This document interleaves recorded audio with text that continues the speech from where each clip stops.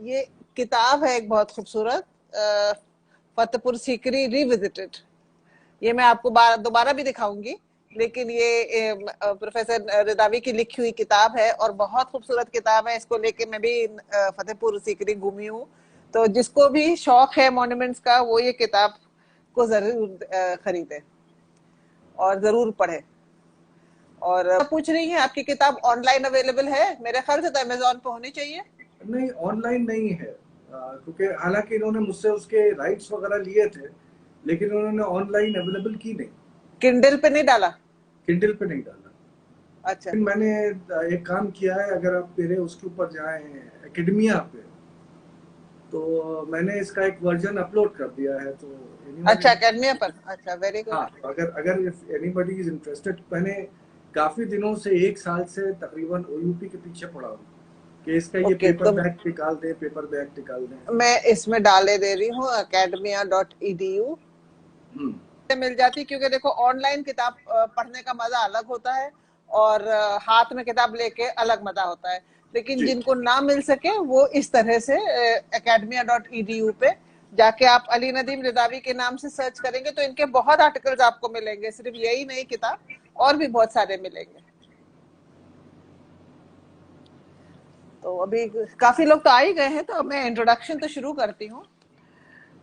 Professor Ali Nadeem Rizavi teaches at the Center of Advanced Studies in History at the Aligarh Muslim University. He has just retired as the chairman of CAS, Center of Advanced Studies. He has been editing a lot of books, and you have edited the Comprehensive History of India. Is that available just now? No, it's still in the press. It's still in the press. Volume 6 is being edited by Professor Shirin Mosvi, and I am along with her as one of the editors. So that will be coming soon. He has been the Charles Wallace Fellow at the Center of South Asian Studies, School of Oriental and African Studies, University of London, and visitor at the Foundation. अब इसको तो मेरे लिए कहना बहुत मुश्किल है, लेकिन पेरिस में, because that it's a difficult spelling for me to pronounce in French. Simple ये कहते हैं MSH Paris, at MSH Paris. So welcome to this show, and I've been doing a lot of Insta Live and I've been having a lot of fun here because I get a very good crowd, and यहाँ जो भी crowd आता है, they're very invested in history, and people who are curious, who want to know, they very, hello Mani, and very few people come here who are, you know, not interested or invested or knowledgeable about the subject. So now that we are at 4:30 and we have got quite a good crowd by now, I think there are almost 300 people who have joined us. So as I said, I'll just show you the book once again. This is the book that has been written by Professor Rizavi, Fatehpur Sikri Revisited. So first question I'll ask you is, we say Fatehpur Sikri, you say Fatehpur. So can you explain the difference? First of all, I must thank you for inviting me to your show. You know, I am a fan of yours and I have been watching your shows, चाहे वो Instagram पे हो या उसके अलावा जो आप जहाँ भी बोलती हैं। अगर लाइक नहीं तो I try my best कि मैं किसी न किसी वक्त आपके शो को ज़रूर देखूँ, ज़रूर सुनूँ, and मुझे फ़ख्र होता है कि मेरे सीनियर्स ऐसे एक्टिव लोग हैं। Thank you. अलीगढ़ ने ऐसे लोग पैदा किए हैं जैसे आप हैं। जाहिर है आपका बैच बड़ा प्रोडक्टिव रहा। ज़हीर हुसैन जाफरी जो दिल्ली यूनिवर्सिटी में है, आप हैं। मैं आपका वाकई तहे दिल से शुक्रिया अदा करता हूँ कि आपने मुझे इसमें इनवाइट किया और यहाँ बुलाया। थैंक यू कि आप आए, और आपके साथ इतनी ज्यादा इस वक्त बच्चों को सीखने के लिए मिलेगा। क्या बच्चे बड़े भी बल्कि सारों को बहुत कुछ सीखने का मिलेगा आपसे। नवाज़िर शुक्रिया। मैं सिर्फ इतना कहूँगा कि फतेहपुर सीकरी जो किताब है, किताबें तो बहुत लिखी गई, काफ़ी मजमून इस पे लिखे गए। ये एक ऐसा टॉपिक है कि जिसके ऊपर आई थिंक कि अगर आप गूगल सर्च करके किताबें ढूंढेंगे तो लातादाद किताबें आपको मिलेंगी। लेकिन जो ये मैंने काम किया, इसमें 3 चीज़ें ख़ास हैं। उसमें पहली चीज़ तो ये है कि जो प्राइमरी सोर्सेज का मैंने इस्तेमाल किया है इसमें। वैसे मुझसे पहले प्रोफेसर अत्तर अब्बास रिजवी साहब ने भी अपने जो अबीजे फ्लिन उनके स्टूडेंट ऑस्ट्रेलियन स्टूडेंट थे उनके साथ मिलके जो किताब की थी उसमें भी पर्शियन सोर्सेज का इस्तेमाल हुआ था। लेकिन इनफैक्ट जब मैंने इसको लिखना शुरू किया था और पहला मैंने इसमें पर्चा पढ़ा था तो अत्तर अब्बास रिजवी साहब उस सेमिनार में मौजूद थे और जब मैं पर्चा पढ़ने जा रहा था तो इरफान हबीब साहब ने मुझसे कहा था कि देखिए आपका पर्चा सुनने के लिए अत्तर अब्बास साहब यहाँ मौजूद रहेंगे और अगर आप उनसे बच गए तब आप इस थीम पे काम करते रहिएगा और अगर उन्होंने आपको घेर लिया तो फिर किसी और फील्ड पे चले जाइएगा। एंड आई कैन हैप्पीली से कि उस पर जब मैंने पर्चा पढ़ा उस पर काफ़ी कुछ अत्तर अब्बास साहब का क्रिटिसिज्म भी था कि उन्होंने सोर्सेस के इस्तेमाल में यहाँ ये कर दिया वहाँ वो कर दिया। मैं डर भी रहा था लेकिन पढ़ भी रहा था। उसके बाद वो खड़े हुए, प्रोफेसर AR कुलकर्णी साहब चेयर कर रहे थे। शुरू में अत्तर अब्बास साहब खड़े नहीं हुए लेकिन जब कुलकर्णी साहब ने उनसे कहा कि we are waiting for you to make some comments, Athar Abbas साहब खड़े हुए और यकीन जानिए राना अपा मेरा दिल बैठ गया कि अब क्या करेंगे ये। लेकिन उन्होंने खड़े होकर कहा कि I wish this young man, I was a research scholar at that time, कि I wish this young man would be old with a white beard and a young scholar would be standing up before him and criticizing him.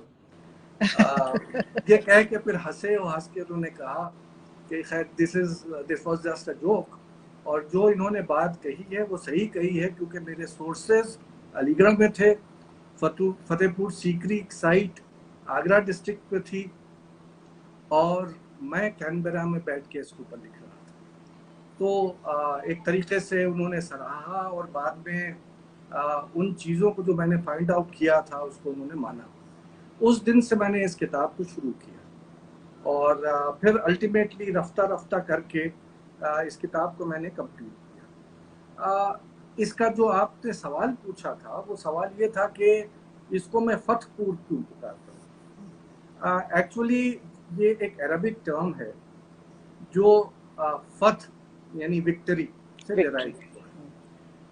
ये नाम अकबर ने ऐसा ही नहीं choose कर लिया था, बल्कि बाबर ने जब यहाँ के ऊपर बैटल ऑफ खनवा की जंग की थी, खनवा का मैदान बिल्कुल फतेहपुर सीकरी जहाँ आज है उससे लगा हुआ है, और बैटल ऑफ खनवा को जीतने के बाद राणा सांगा को हराने के बाद जो अकबर ने बाबर ने यहाँ पे एक गार्डन तामीर करवाया था, बाग की बुनियाद रखी थी जिसका नाम रखा था बाग फतह। और फिर अल्टीमेटली जब अकबर ने यहाँ ये शहर बनवाया तो उसका नाम फतेहपुर या फतहपुर नहीं रखा, फतेहाबाद रखा। अच्छा। और आम जबान में वो फिर फतेहपुर बन गया।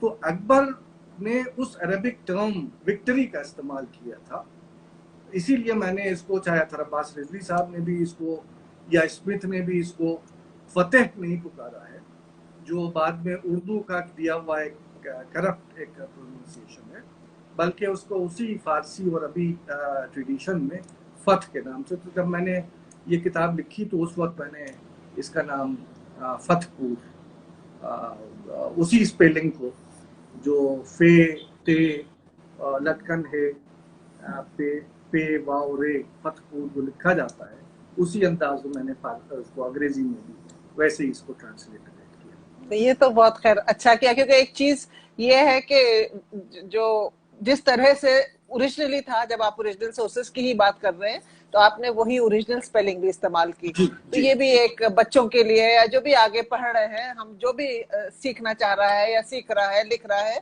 उसके लिए भी ये एक सबक है। और दूसरी चीज, एक चीज और मैंने ये की थी कि इसमें जो आर्कियोलॉजिकल मटेरियल है, जो खुदाई वहां हुई थी उसका इस्तेमाल किया है, और एक तरीके से जो पेंटिंग्स हैं अकबर के पीरियड की, चाहे वो किताबों में मसलन अकबरनामा में दी हुई हों या फतेहपुर सीकरी के दीवारों पे बनाई गई हों, उनका इस्तेमाल किया है। तो सोर्सेस जो अथर अब्बास रिजवी ने किया था, या उसके अलावा फिर जो आर्कियोलॉजिकल मटेरियल और पेंटिंग्स, इन तीनों का, और मेरे ख्याल में मैं ये दावे से कह सकता हूँ कि शायद ही कोई और किताब होगी जिसने इन तीनों सोर्सेस को इस शहर को समझने के लिए इस्तेमाल किया। और आपने बहरहाल उसके बहुत अच्छे आर्टिकल्स भी लिखे थे जो बाद में डेलियो में छपे थे, जिसमें आपने अंडरग्राउंड कमरों की पेंटिंग्स दिखाई हैं, जो कमरे हमने तो आज तक देखे नहीं, हालांकि बहुत दफे गए हैं, लेकिन वो उसमें नीचे भी कमरे हैं जो अब मेरे ख्याल से अब तो सील्ड होंगे या अब भी एक्सेसिबल है? अब उसमें से कुछ तो मज़ारात बन गए हैं। हाँ, एक में तो मैं जा चुकी हूँ।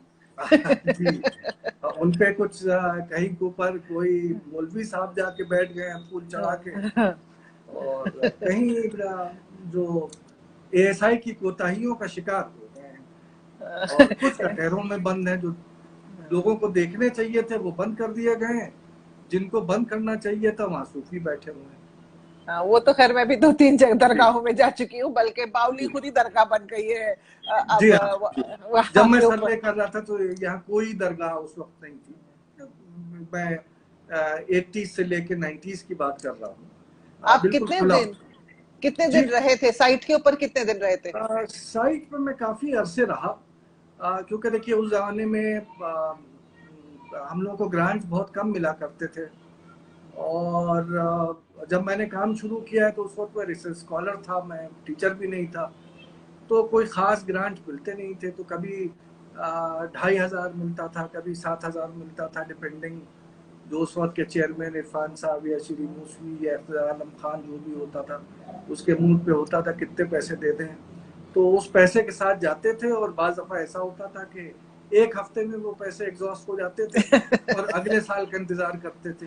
तो साल तो काफ़ी लग गए, लेकिन अगर क्यूमुलेटिव दिन देखे जाए तो इतने ज्यादा नहीं लगे थे। अब बाहर से जैसे अतुलियो पेट्रोचली आए, वो तीन महीने एक साथ रहे और काम करके ले गए। हम लोग साल लग जाते हैं, हिंदुस्तानियों के पास पैसे की कमी होती है। तो ये अब आपने जब वहां पे काम किया और आपकी किताब जब मैंने पढ़ी है तो आपने उसमें इबादत खाने की बात करी है कि इबादत खाना जिसको आज कहा जा रहा है वो नहीं है, आपने जिसको दफ्तर कहा जाता है उसको आपने इबादत खाना क्या कहते हैं आइडेंटिफाई किया है। तो और इबादत खाने में के बारे में बताइए, और फिर हम लोगों को बताइए कि सुलह कुल जो है वो क्या है, as a broad understanding for people who joined us may not have any knowledge of history, and what were the influences that shaped Akbar and his policy.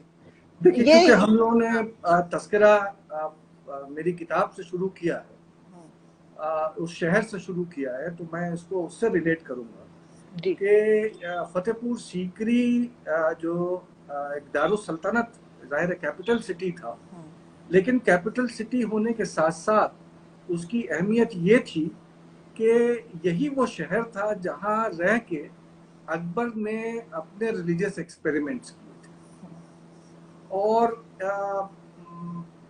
एक शुरू के दौर में अकबर काफी, जिसे हम लोग अपनी जबान में कह सकते हैं, कट्टरपंथी मुसलमान था। अच्छा।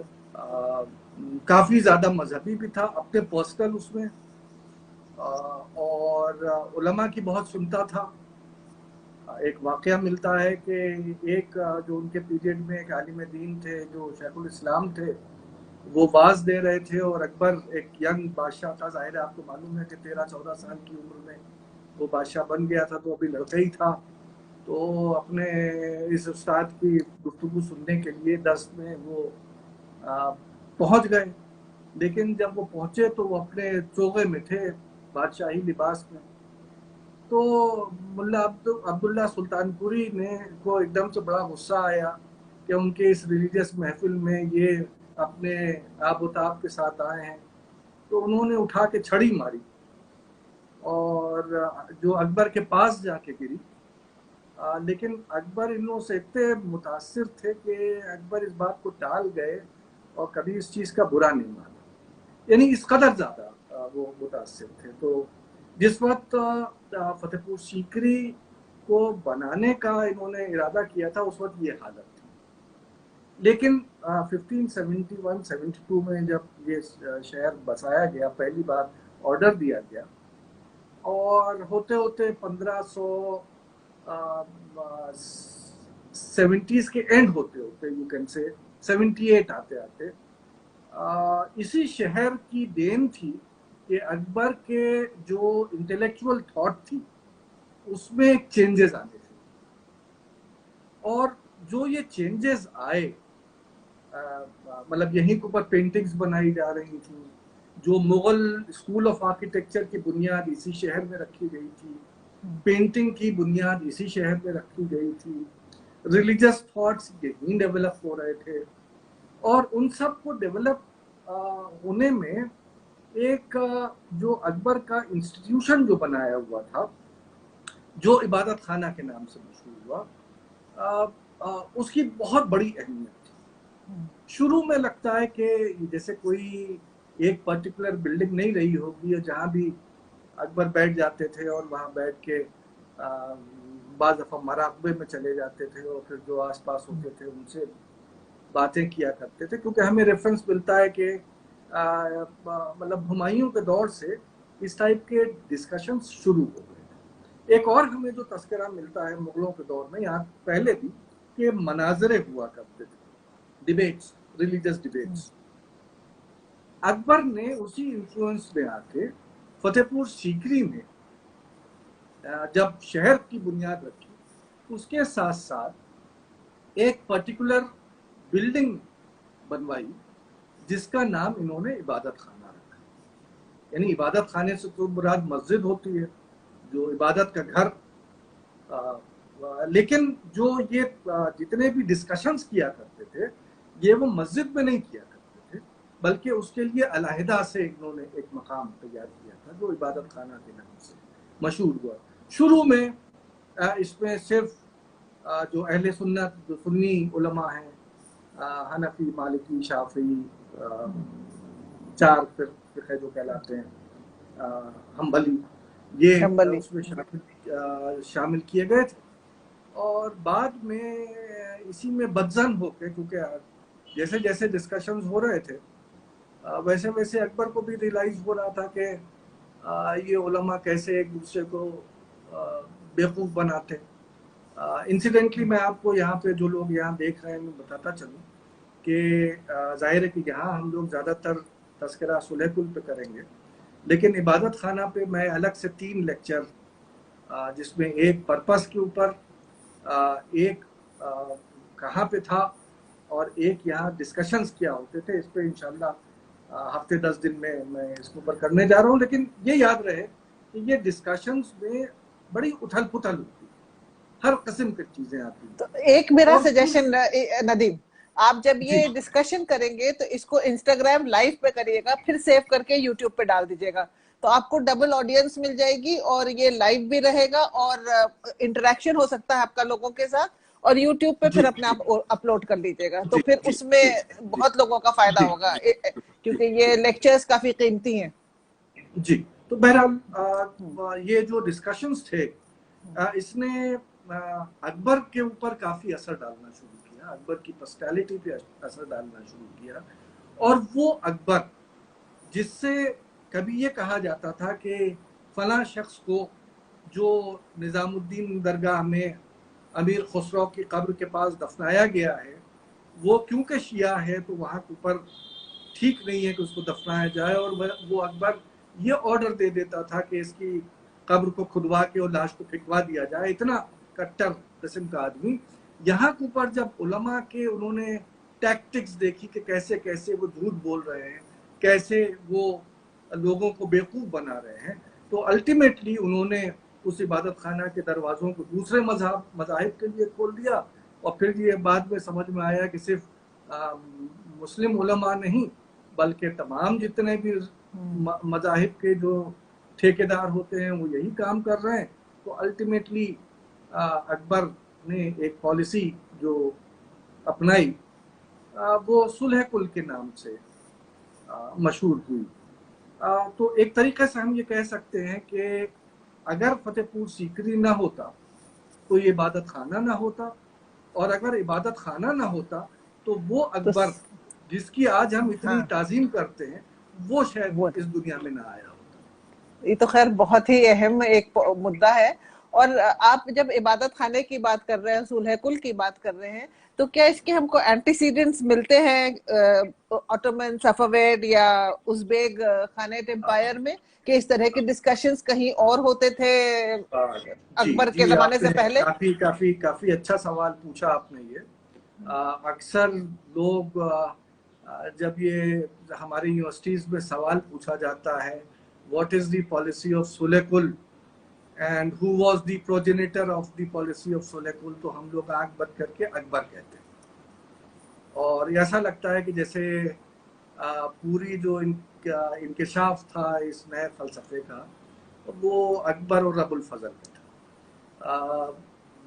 और ये इसलिए लगता है क्योंकि मसलन जैसे आप प्रोफेसर शीरिन मूसवी ने सुलेकुल के ऊपर लिखा है, सतीश चंद्रा साहब ने सुलेकुल की पॉलिसी पे लिखा है, एम अथर अली के आर्टिकल्स हैं जो सुलेकुल पे हैं, नूरुल हसन साहब ने महजर पे और सुलेकुल पे लिखा है।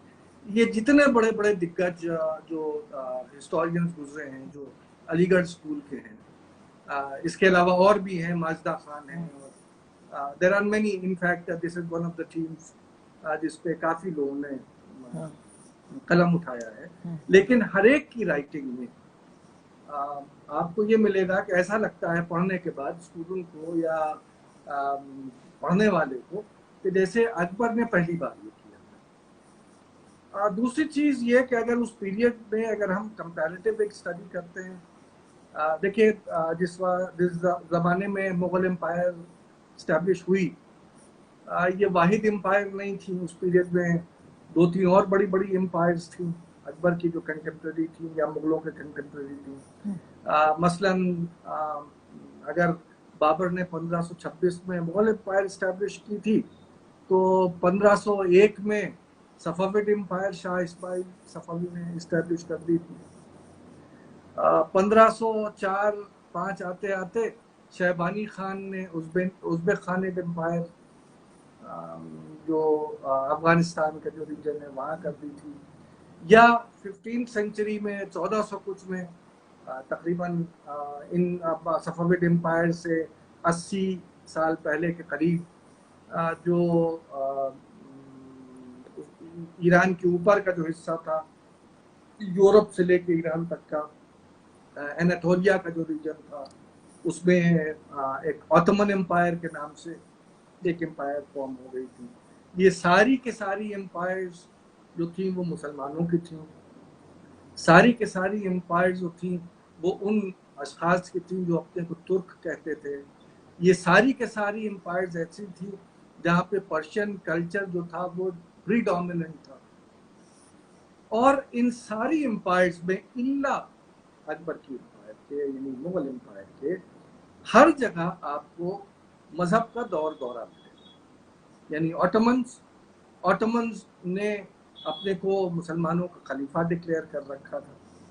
वो ये कहते थे कि अब्बासियों के डिक्लाइन के बाद वो खलीफा हैं, और क्योंकि उनकी सफाविद से एक तरीके से काफ़ी पॉलिटिकल रिवेलरी थी, तो उस पॉलिटिकल रिवेलरी के साथ साथ आप हम जानते हैं कि जब सियासत होती है तो उसमें मजहब का कैसे इस्तेमाल किया जाता है, शायद 21वीं सदी में रहने वाले हिंदुस्तानियों से बेहतर और ये कौन जानेगा।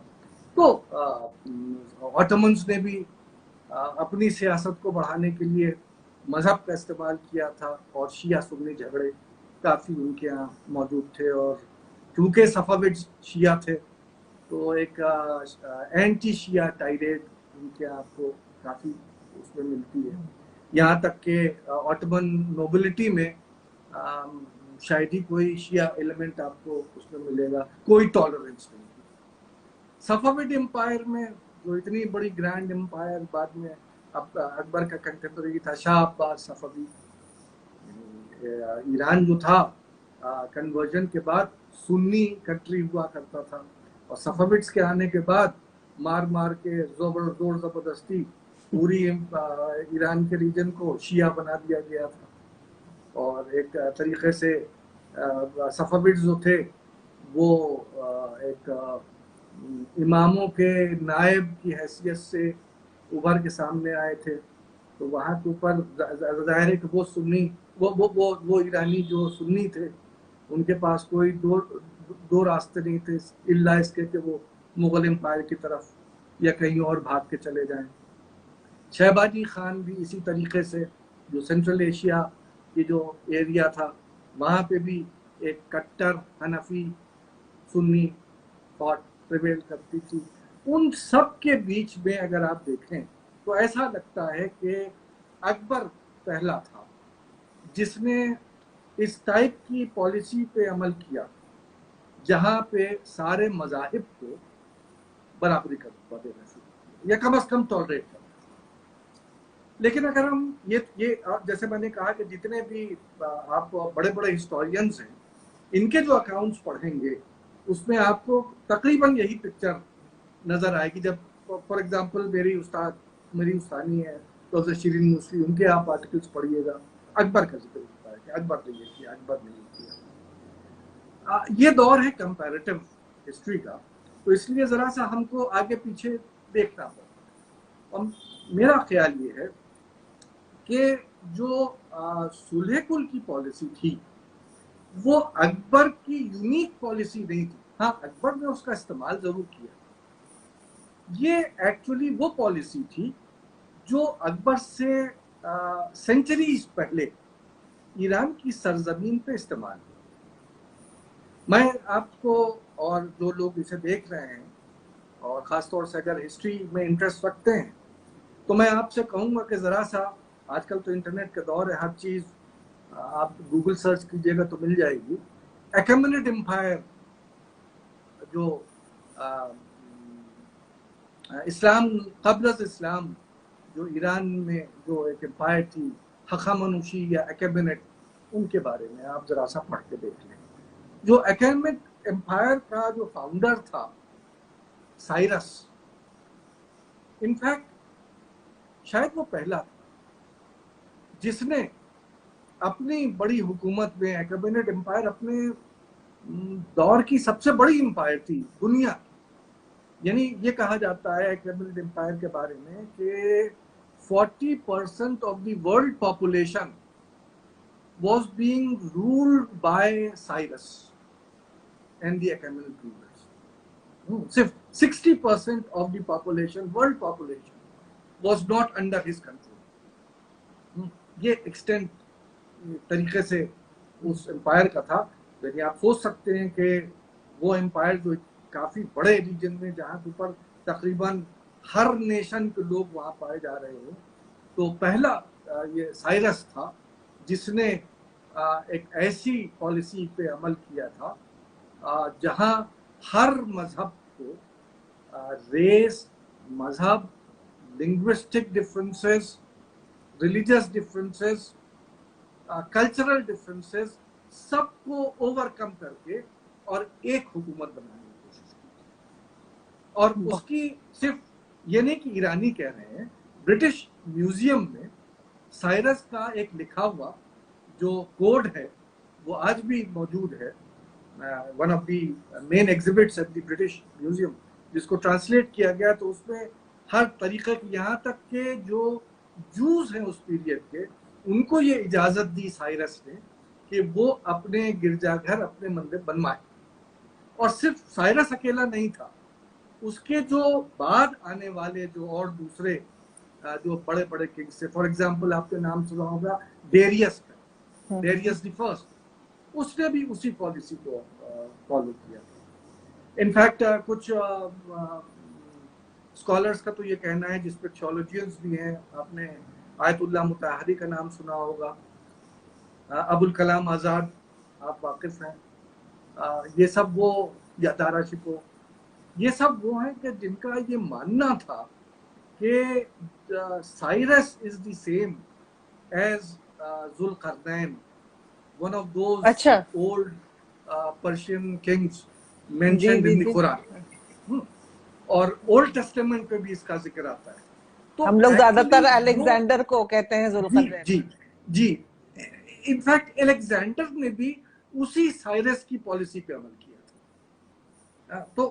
तो हम ये कह सकते हैं कि एक तरीके से वो अकेमेनिड एम्पायर अकेमेनिड एम्पायर जो थी वो ज़ोरोएस्ट्रियन एम्पायर थी, जो मजहब था उनका वो ज़ोरोएस्ट्रियन था। अब आप याद कीजिए कि जो इबादत खाना जो डिस्कशंस हो रहे हैं, शुरू के पोर्शन में शुरू के 2 साल तो सिर्फ सुन्नी मुसलमान उस पर रहे, लेकिन जब 1978 में उसके दरवाजे खोले गए हैं तो उसमें जो हिंदुस्तान के जो अलग अलग फिरके हैं, मजहब हैं, वो भी शामिल थे, और यहाँ एक अच्छी खासी तादाद थी पारसियों, ज़ोराएस्ट्रियंस की, और काफी दस्तूर हैं जिनके नाम मिलते हैं हमको अकबर के पीरियड के, जो ज़ोराएस्ट्रियन प्रीस्ट्स थे, they were part and parcel of the Ibadat Khana discussions. Very और इंटरेस्टिंग। जी, और वही रीजन है कि इन्हीं इबादत खाना डिस्कशन को करके एक तरफ तो इन्होंने सुन्नी उलमा को भगाया, पहले कोशिश की 78 में महजर डिक्लेयर करने की, जिसमें खुद को इमाम आदिल डिक्लेयर किया। जब ये पता चला कि इससे कोई फायदा नहीं हो रहा है तो 15 आते आते, यानी वो वक्त कि जब ये जो जूइश हजरात थे उनसे बहस कर चुके, जेसुइट से बहस कर चुके, बुद्धिस्ट तो उस पीरियड में थे ही नहीं हिंदुस्तान में, जैन से ये बात कर चुके, ब्राह्मणों से बात कर चुके, योगियों से बात कर चुके, सुन्नी शिया हर फिरके के लोगों से बात कर चुके। मोन्जरेट कहता है कि सबसे बात करके इस नतीजे पे पहुंचे कि शायद सब झूठे। In fact Monserrate says that Akbar is negating all the religions by tolerating everyone. और जो साइरस की जो पॉलिसी थी ऑफ टॉलरेटिंग एवरीवन, देखिए जो दुनिया में हम लोग बाज़ दफा सुलह कुल को हम ट्रांसलेट करते हैं as a very secular policy, वो पॉलिसी जहाँ पे हम सबको एक इक्वल स्टेटस दे रहे हैं। एक्चुअली सेकुलर जो अकबर के कॉन्टेक्स्ट में या इंडियन कॉन्स्टिट्यूशन के कॉन्टेक्स्ट में जो सेकुलर के मतलब है वो ये equi distance from all the religions, सारे मजहब से एक बराबरी का एक ताल्लुक बना के रखना। सेकुलर हिंदुस्तान के बाहर का मतलब होता है कि जहां आप इररिलीजियस हो जाए, लेकिन अकबर के लिए सेकुलर का मतलब जो था, जो उस पीरियड में अगर हम उसको सुलेकुल को ट्रांसलेट करें उस फॉर्म में, तो उसका मतलब था कि सारे मजहब को समझने की कोशिश करें और इक्वल ट्रीटमेंट करें। आपके लिए 3-4 सवाल हैं सज्जाद रिजवी के, तो ऊपर के सवाल का तो आपने जवाब दे दिया, इसका मैं अब पूछती हूँ। But what about Azfar Muin's argument? It wasn't about some equidistant to religions or universal tolerance, but an ideological notion of the millennial spiritual sovereign. देख, वो मोइन साहब ने एक पूरी थीसिस डेवलप की है मिलेनियल सॉवरेन की, जिसमें कुछ हद तक के मैं एग्री भी करूंगा उनसे, क्योंकि अकबर का दौर वो था कि जब 1000 साल इस्लाम के कंप्लीट हो रहे थे, एक फर्स्ट मिलेनियम कंप्लीट हो रहा था। यही वो वक्त था कि जब शेख अहमद सरहिंदी जैसे लोग अकबर के हिंदुस्तान में बस रहे थे, रह रहे थे, जो अपने को मुजद्दिद कह के ऐलान कर रहे थे। ये वही दौर था कि जब एक तरीके से महदवी मूवमेंट तेजी पकड़ रहा था, और जौनपुर से लेके मुगल एम्पायर से लेके हिंदुस्तान की टेरिटरी के बाहर तक चारों तरफ लोग जो थे वो अपने को मेहदी डिक्लेयर कर रहे थे, या ये कह रहे थे कि अब इस्लाम जो आया था, जो दीन पहुंचाया गया था, उसके 1000 साल कंप्लीट हो गए हैं, एक नए बादशाह की जरूरत, एक नए मजहब की ज़रूरत है। तो शायद उसका असर अकबर के जहन पे भी था, और जैसे उसने सने इलाही को इंस्टीट्यूट किया, सने इलाही के साथ साथ तारीख अल्फी लिखवानी शुरू की, तो हाँ सही बात है कि एक मिलेनियल सॉवरेन की तरह उसने पोस्चरिंग अपने की थी। लेकिन जिस टाइप से ये पूरा जो कंसेप्ट सुलह कुल का डेवलप होता नजर आ रहा है, वो शायद टैली कर जाता है इस मिलेनियल कंसेप्ट से। और दोनों स्ट्रीम्स, एक तरफ ये मिलेनियल कंसेप्ट की थ्योरी जो उस पीरियड में आम हो रही थी मजहबी लोगों से लेके और दूसरों तक, और दूसरी तरफ वो इन्फ्लुएंस जो आपको मालूम है कि जो इरफान हबीब ने अपने आर्टिकल्स में बात की है कि जो ईरानियन मिस्टिकल ट्रेडिशंस थे, जो शहाबुद्दीन मखतूल का मसलन जो पूरा इन्फ्लुएंस है, जो नूर का फलसफा जो अकबर लेके आता है, जहाँ पे अपने को ये नहीं कहता कि मैं, जैसे बलबन ने डिक्लेयर किया था कि जिल्लल्लाह, बल्कि ये कहता है कि मैं फर्र ईज़दी हूँ, अबुल फजल पूरा उसको डेवलप करता है। तो एक बहुत सारे इन्फ्लुएंसेस हैं जो इसके ऊपर आ रहे हैं। मैं मोइन साहब की पूरी थ्योरी से तो नहीं एग्री करूंगा, लेकिन हाँ ये जरूर मानता हूँ कि जो मिलेनियल थ्योरी का जो उस पीरियड में डेवलप कर रही है उसका असर अकबर की इन पॉलिसीज पे जरूर पड़ रहा है। लेकिन उसके साथ साथ जो ओल्ड ट्रेडिशंस, जो ज़ोरोएस्ट्रियन ट्रेडिशंस हैं, उस पे भी जो ओल्ड ईरानियन ट्रेडिशंस हैं, उसका भी एक्सपोजर अकबर की पर्सनैलिटी पे इन इबादत खाना डिस्कशंस के थ्रू पड़ रहा है, और जिसको मिला जुला के वो इस पॉलिसी ऑफ सुलह कुल को वो इनिशिएट करता है। अब हम लोग सवाल बहुत हैं। अच्छा, मैं सबको बता दूं जो हमारे साथ जुड़े हुए हैं कि ये 1 घंटे का इसमें कैद होता है। हम उसके बाद दूसरा सेकंड लाइव सेशन शुरू करेंगे और आप सबके सवाल उसमें लेंगे, क्योंकि फिर हमारी जो बातें हैं वो सिलसिला सवाल टूट मुझे जाता है। यहाँ नजर आ रहा है कि सुलह कुल का मतलब एब्सोल्यूट पीस होता है या टोटल पीस होता है या पीस विद ऑल। ये किसी ने सवाल पूछा है, प्लीज अच्छा, हाँ हाँ एक्सप्लेन दी हाँ सटल डिफरेंसेस। ये देखिए, हाँ, ये ये डिफरेंस सिर्फ हमारे एक्सप्रेशन का है। सुलह कुल, सुलह मतलब पीस, कुल मतलब एब्सोल्यूट। मतलब अगर आप मुझसे पूछिएगा, या फॉर एग्जांपल, और जो जाहिर है मेरी क्या बिसात कि मैं कोई अपनी थ्योरी बना सकूं, आप एम अथर अली से पूछिएगा जिन्होंने सुलह कुल पे बहुत ही उम्दा जामे आर्टिकल लिखा था, या अथर अब्बास रिजवी साहब से इस सवाल में पूछिएगा।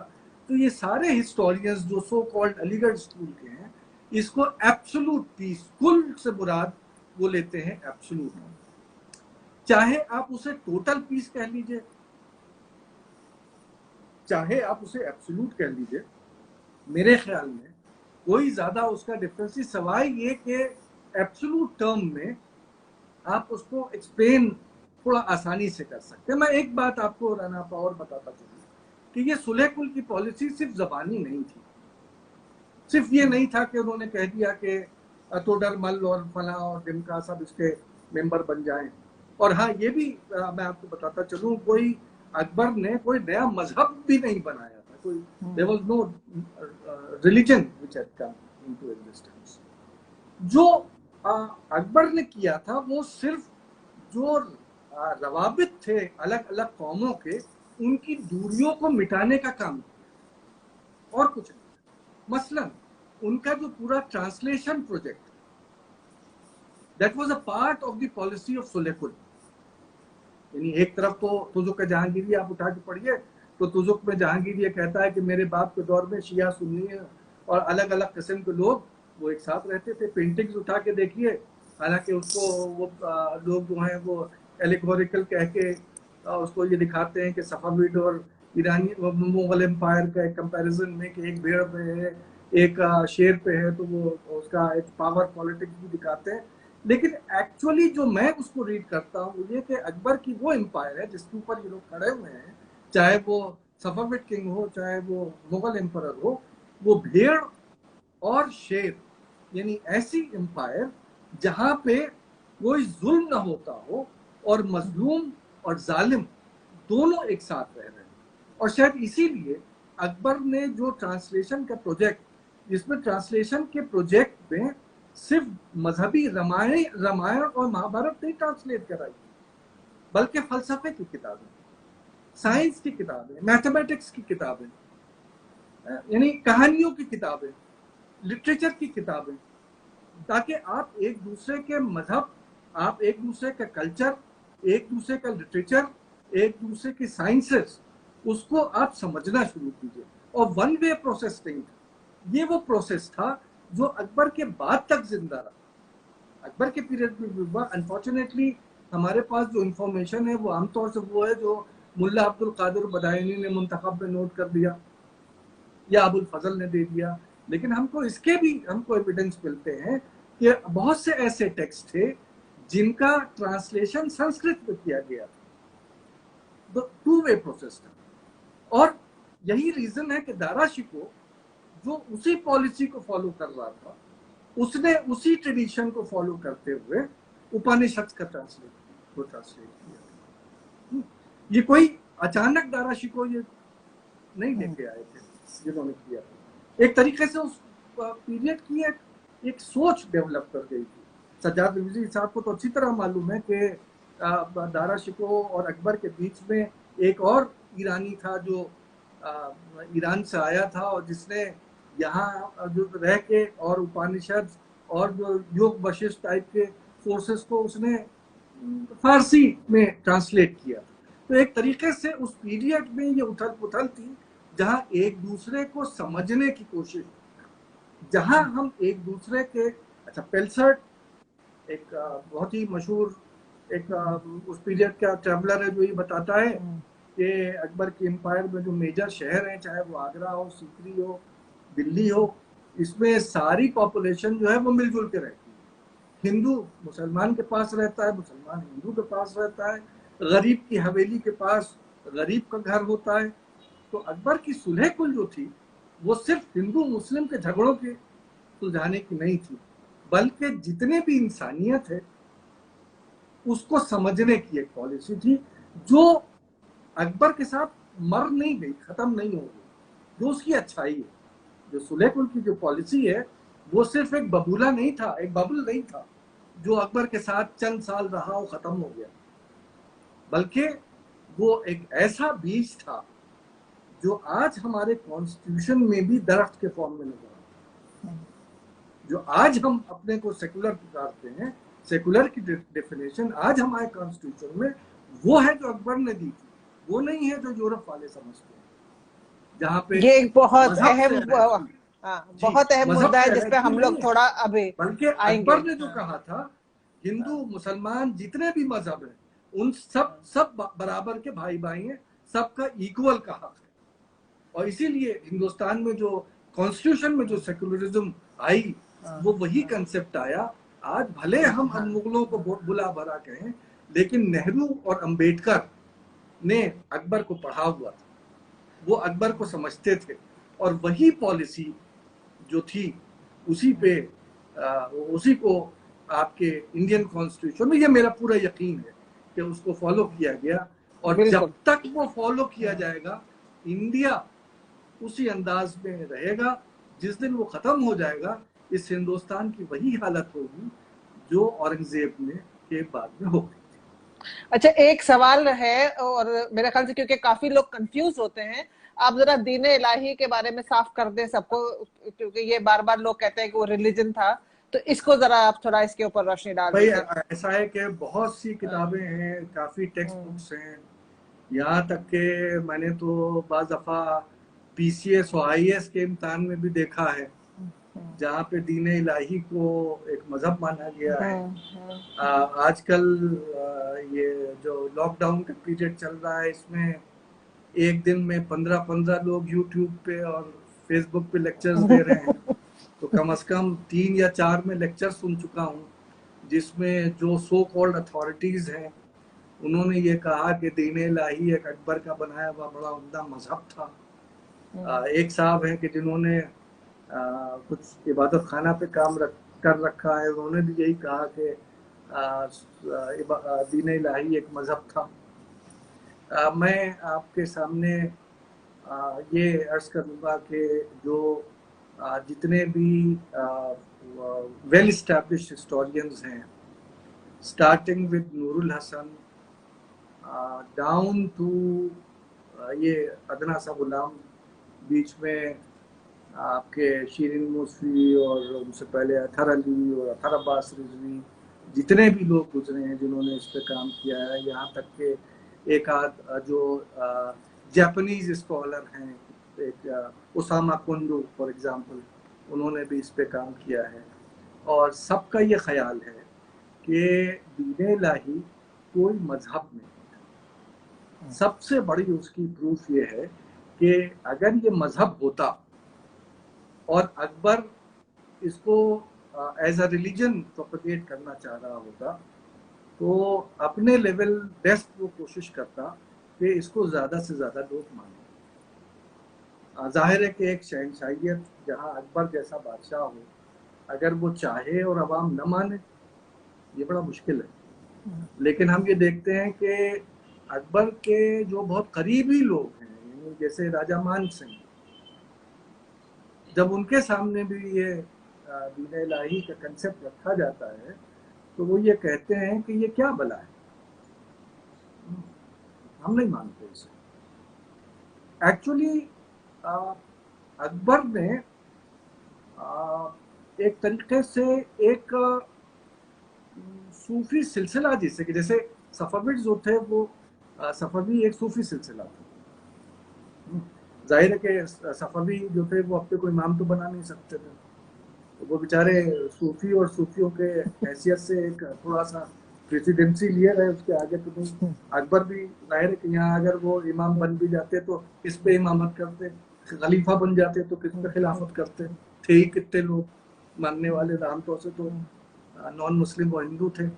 तो अकबर ने भी बस एक तबका तैयार करने की कोशिश की थी जिसमें कुछ ऐसे अशखास हों कि जो उनके चेले, जैसे पीरी मुरीदी में उनके मुरीद, और कुछ दिन तक वो मुरीदी का सिलसिला रहा और अकबर के साथ वो मुरीदी का सिलसिला खत्म हो। जैसे मैंने अभी आपके सामने कहा कि जो फलसफा था सुलह कुल का, वो इतना देर पा था कि आज तक चलता। लेकिन जो इनके पीरी मुरीदी का जो सिलसिला था, actually Deen Ilahi was nothing. Din Ilahi was just an attempt to get some people as personal devotees of the emperor, जो गले में एक मेडेलियन टांग लें जिसपे अल्लाह अकबर लिखा हो। अब Allah means great, Akbar also means great. तो बहुत से हिस्टोरियन से कहना है कि मालूम नहीं अल्लाह अकबर कहने में अकबर अपने को अल्लाह कह रहे थे या अल्लाह अकबर जो मुसलमानों का है वो कह रहे थे। ये सब ऐसे ही है। देखिए जो उस पीरियड से लेके आज तक किसी ने, अगर अकबर ने सोचा भी होगा, तो उनके कंटेम्प्रेरीज यानी यहाँ तक के अबुल फजल से लेके और जितने भी उनके पास वाले थे, किसी ने उसको सीरियसली टेकअप नहीं किया और ना अकबर ने उसको सीरियसली कभी बनवाया। तो तमाम हिस्टोरियन से ख्याल ये है कि ये 15-16 लोगों का एक ग्रुप क्रिएट हुआ था जो अकबर की मौत के साथ खत्म हुआ। There was no religion as such जो अकबर ने बनाया हो। उसने एक फलसफा जरूर दिया था, जो उस फलसफे का नाम सुलह कुल था, और वो सुलह कुल ऐसा फलसफा था जो अकबर से लेके जहांगीर, जहांगीर से लेके शाहजहां, शाहजहां पे भी काफी कुछ कहा जाता है, यहाँ तक कि औरंगजेब। अगर आप मुझसे मैं आपसे कहूंगा कि अगर किसी बार आपको टाइम मिले तो जरा सा औरंगजेब पे भी पूछ लीजिएगा, तो वहां सुलह कुल थी कि नहीं थी वो भी मैं बता दूंगा। नहीं, ये तो सिलसिला अभी जैसे मैंने अर्ज किया कि ये 1 घंटे में अभी खत्म होगा, लेकिन हम इसको 1 घंटे और चलाएंगे। तो जो लोग हमसे जुड़े हैं, जैसे ये सेशन खत्म हो, I will come back live again with Nadeem, और आप सवाल पूछते रहिएगा। हम इस सेशन में सिर्फ अकबर की बात करेंगे, अगले में जहांगीर की। एक सवाल आया है कि what was the relationship between फर्रे इज़्ज़ी एंड सुलह कुल और मोहब्बत कुल। मोहब्बत कुल, मोहब्बत कुल तो ये होता है कि सबसे इश्क करना। देखिए जो सूफिक फिलॉसफी है, फलसफा इश्क, वो कॉमन है भक्ति और सूफीज्म में। अगर आप उसे सुलह कुल कह रहे हैं या इश्क कह रहे हैं, कोई खास फर्क नहीं है। जहां सबसे मोहब्बत करना, ये अलग अलग टर्म्स हैं जो अलग अलग ऑथर्स ने और राइटर्स ने जिनका इस्तेमाल किया है, जिनका सेंस जो है वो actually boil down to the same thing. लेकिन अनफॉर्चुनेटली अकबर के जितने भी ऑफिशियल सोर्सेज हैं उसमें ये टर्म नहीं मिलेगा। जो टर्म मिलेगा वो सुलह-ए-कुल का मिलेगा। और हाँ, फिलोसफी ऑफ इश्क is there, which is bhakti, which is total devotion to the person who is your beloved.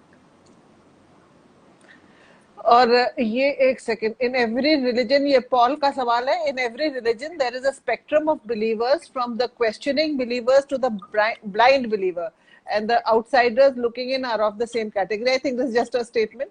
तो अब हम आगरे से की ही जब बात कर रहे हैं तो हम आते हैं जहांगीर के एक एपिसोड पर, क्योंकि Jahangir is seen as a very tolerant and a very indolent person, and yet during his reign we come across the execution of Qazi Nurullah Shustari. मैं इसलिए बात कर रही हूँ क्योंकि मैं काजी साहब के मजार पे बहुत जाती हूँ। my grandparents are buried there. So what are these contradictions in Jahangir's reign, character, and how do historians manage these contradictions? देखिए, मुझे नहीं मालूम कि वो कॉन्ट्रडिक्शंस उन लोगों के व्यूज में है या हमारी अंडरस्टैंडिंग में है। जैसे मैंने अभी आपको बताया, अकबर की हम लोग बड़ी तारीफ करते हैं। वो बादशाह जो सुलह-ए-कुल लेके आया, लेकिन अकबर भी वही बादशाह हैं जिन्होंने जिजिया भी लगाया। अकबर भी वही बादशाह हैं जिन्होंने एक मजहब के नाम पे एक डेड बॉडी को कब्र से निकलवा के फेंकवा दिया। भाई, इससे बुरी और क्या बात हो सकती है। लेकिन हम उसको हाईलाइट नहीं करते। हम हाईलाइट करते हैं इनके एक पॉलिसी को, जो कि इनफैक्ट इख्तियार आलम खान साहब ने जो अकबर के रिलीजन पे काम किया था, उन्होंने अकबर के पीरियड को 3 अलग अलग फेजेस में डिवाइड किया। एक्चुअल लाइफ में वो फेजेस थी कि नहीं थी, लेकिन ये क्लियर है कि इनके व्यूज बदलते गए, जो बड़ा नेचुरल सी चीज होती है। वही जहांगीर पे भी अप्लाई होता है, वही शाहजहां पे भी अप्लाई होता है ना। जहांगीर को अगर आप देखें तो जहांगीर ने जिस वक्त से हुकूमत संभाली थी, उस वक्त से उसने डिक्लेयर्ड पॉलिसी थी और उस पर अमल भी उसने किया था कि जो पॉलिसी जो उसके बाप की रही है वही पॉलिसी वो खुद अमल करेगा, और उसने भी अमल किया। लेकिन इससे पहले कि मैं काजी नूरुल्लाह पे आऊं, मैं आई एम सॉरी, मैं लंबा आंसर देता हूँ। नहीं नहीं, प्लीज दीजिए, क्योंकि सबको ठीक से समझ में आना चाहिए। देखिए कि जहांगीर के पीरियड में सिर्फ काजी नूरुल्लाह शूस्तरी नहीं है। जैसे ही हुकूमत में आता है, 1605 में आया, 1606 में कंट्रोवर्सी होती है गुरु अर्जन की, है ना। एक तरफ वो कहता है कि यानी वो वही दौर है कि जब वो 12 एडिक्ट्स और 6 एडिक्ट्स वो एक के बाद एक वो निकाल रहा है, सबको एश्योरेंस दे रहा है, सबसे बात कर रहा है कि मैं वही पॉलिसी अपना रहा हूँ जो मेरे अब्बा जान की थी, है ना। और 1 साल के अंदर अंदर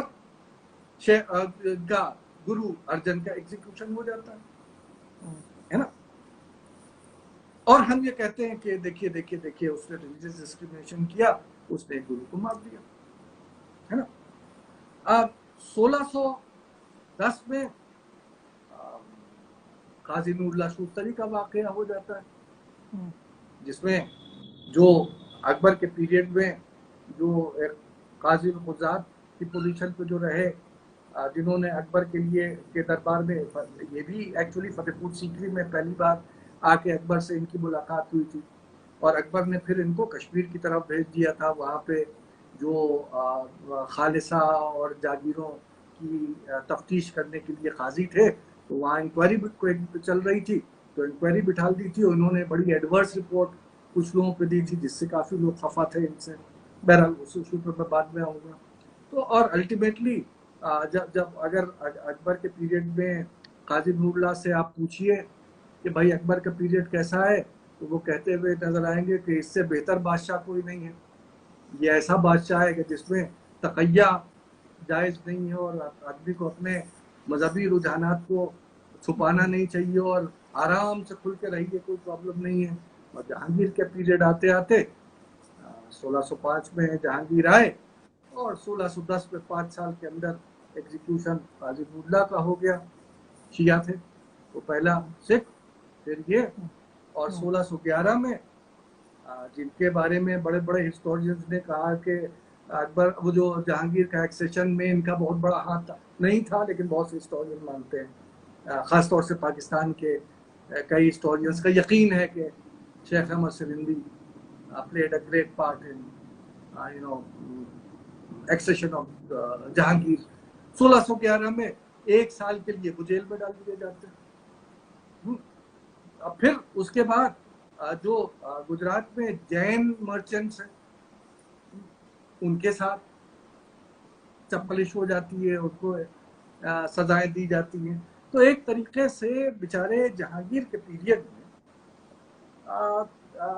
बड़ी अनफॉर्चुनेट है उसके पॉइंट ऑफ व्यू से कि हालांकि वो अब ये कह रहा है कि मैं तो अपने बाप की पॉलिसी पर अमल कर रहा हूँ, लेकिन शायद ही कोई ऐसी कौम है जो उससे खुश नजर आ रही है। हर आदमी उसकी तरफ उंगली उठा रहा है। शिया भी उसे जैसे आप कह रही थी कि आपके कुछ रिश्तेदार आगरे में दफन है, मेरे वालिद अपने दफन है वहीं के ऊपर। तो शियों की ये बहुत बड़ी जगह है। और मुझे याद है जब मैं बचपन में आगरा मजलिसों में जाया करता था, तो वहाँ के ऊपर हर दूसरी मजलिस में जहांगीर को खूब बुरा भला कहा जाता था। अच्छा, 1 मिनट, हमारे पास सिर्फ 30 सेकंड बचे हैं, तो फिर मैं सबसे कह दे रही हूँ कि हम वापस लाइव आएंगे, तो आप लोग जाइएगा मत, जुड़े रहिएगा। ये कॉन्वर्सेशन हमारा हाल के वक्त तक आएगा। जो लोग औरंगजेब की बातें कर रहे हैं, हम लोग औरंगजेब की भी बात करेंगे, लेकिन अगले सेशन में। ये सेशन खत्म हो रहा है। हाँ, 10 सेकंड बचे हैं। इसको समअप कर दो। जो मैं कह रहा था, हाँ, वो ये कि अब जहांगीर से ही पूछ लेते हैं कि भाई काजिमुल्ला का क्या मामला था। तो मजालिस जहांगीरी जो एक नया सोर्स जो अभी कुछ साल पहले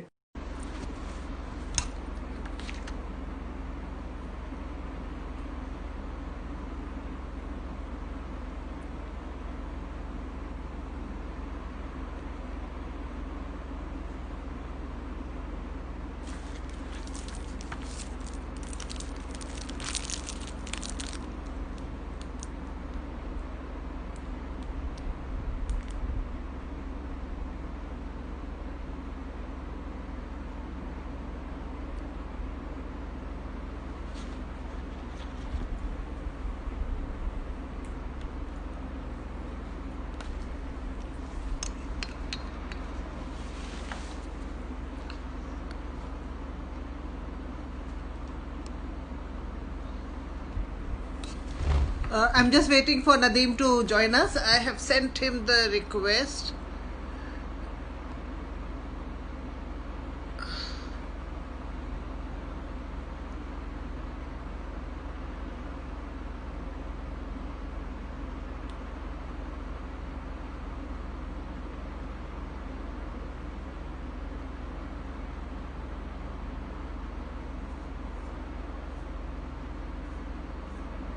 Just waiting for Nadeem.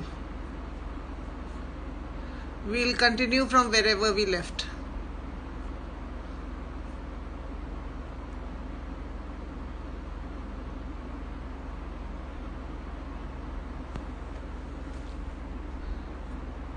बाकी लोग ना भेजिए मुझे रिक्वेस्ट, क्योंकि मैं सिर्फ अब इस वक्त हम लोग नदीम से बात करेंगे। आपका जो सवाल है इस टॉपिक से रिलेटेड, वो आप लोग ज़रूर पूछिएगा, इसमें पूछिएगा। लेकिन बाकी लैंग्वेज और उर्दू इस सब के सवाल इस वक्त, हाँ, नदीम आ गए हैं एंड ही इज़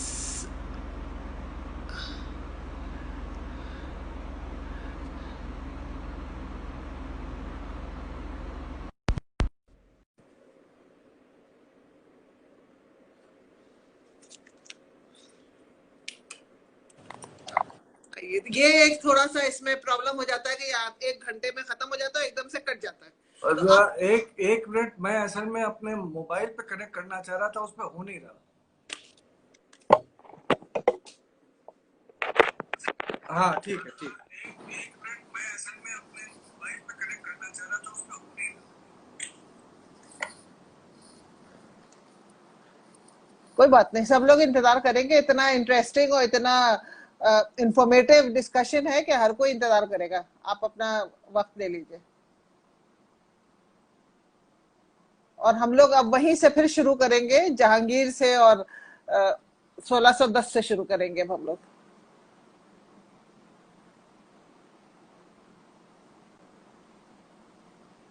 नदीम की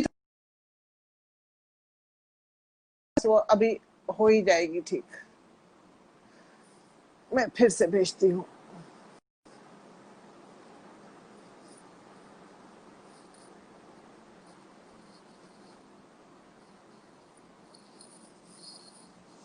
Mani, this is a very good question. Just let Nadeem come back.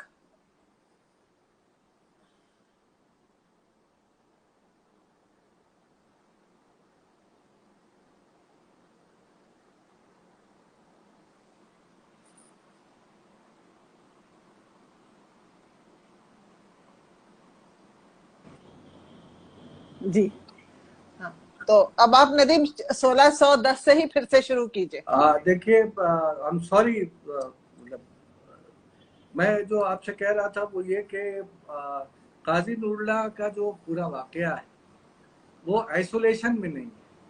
हाँ, बहुत कई मतलब और भी उस पीरियड में जो रिलीजियस ग्रुप्स हैं they appear to be dissatisfied with the approach of Jahangir. एक चीज जो मैं कहना चाहूंगा वो ये कि सुलह कुल का ये मुराद नहीं थी कि आप सब मजहबों को मान लें। इक्विडिस्टेंस जो मैंने आपसे कहा, जहां पे आप सबके साथ पीसफुली और एक अंदाज से पेश आए, तो शायद जहांगीर ने भी जो अपना स्टाइल रखा था वो यही रखा था कि इक्वल ट्रीटमेंट टुवर्ड्स ऑल। वो ये नहीं था कि he was only favouring all the religions. अब जहां तक काजी नूरुल्लाह शूस्तरी का सवाल, can you hear me? Yes yes I can. जहां तक काजी नूरुल्लाह शूस्तरी का सवाल है, जैसे मैं उस वक्त कह रहा था कि जहांगीर से ही हम पूछ लेते हैं कि आखिर ये क्या वाकया है। क्या एग्जीक्यूशन काजी नूरुल्लाह शूस्तरी का इसलिए हुआ था कि वो शिया थे? अक्सर ये हिस्टोरियंस ने कहा है काजी नूरुल्लाह के एग्जीक्यूशन के बारे में कि इसलिए उनको शहीद किया गया क्योंकि वो शिया थे। हमारे जो उस्ताद थे प्रोफेसर एम अथर अली, वो भी यही पढ़ाया करते थे कि he was executed on the basis that he was a Shia. Problem ये है कि ज़खीरतुल ख़वानीन जो जहांगीर और शाहजहां के पीरियड की एक टेक्स्ट है, जो बायोग्राफी है नोबल्स की, स्पेशली शाहजहां के पीरियड में वो कंप्लीट की गई थी, जहांगीर के पीरियड का भी उसमें पूरा है। उसमें जब काजी नूरुल्लाह शूस्तरी की एक नोटिंग होती है तो उसमें ये कहा जाता है कि दर गज़ब जहांगीरी कुश्ते शुरू, कि जहांगीर उनसे नाराज हो गए थे और गज़ब में आके इन एंगर। अब वो एंगर किस चीज का था? मजहब का था या किसी और चीज का था?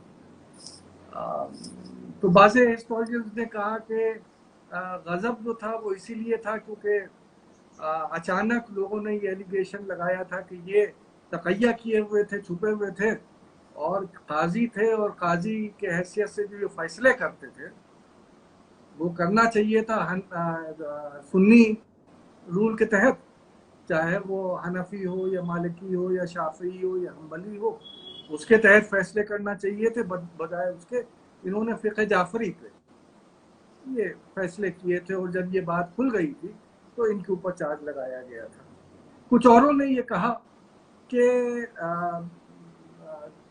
ये तकैया किए हुए थे और अब पता चला लोगों को कि ये शिया थे, और इसलिए इनके खिलाफ खास तौर से जो गिरोह था शेख अहमद सरिंदी का, वो इनके खिलाफ हो गया। और क्योंकि शेख अहमद सरिंदी के कुछ खतूत में ये मिलता है कि कुत्तों के साथ और शियों के साथ खाना जो है वो बराबर है, हिंदुओं के साथ और शियों के साथ बैठना जो है वो वैसे ही है जैसे आप गलीज जानवरों के साथ बैठे वगैरह वगैरह।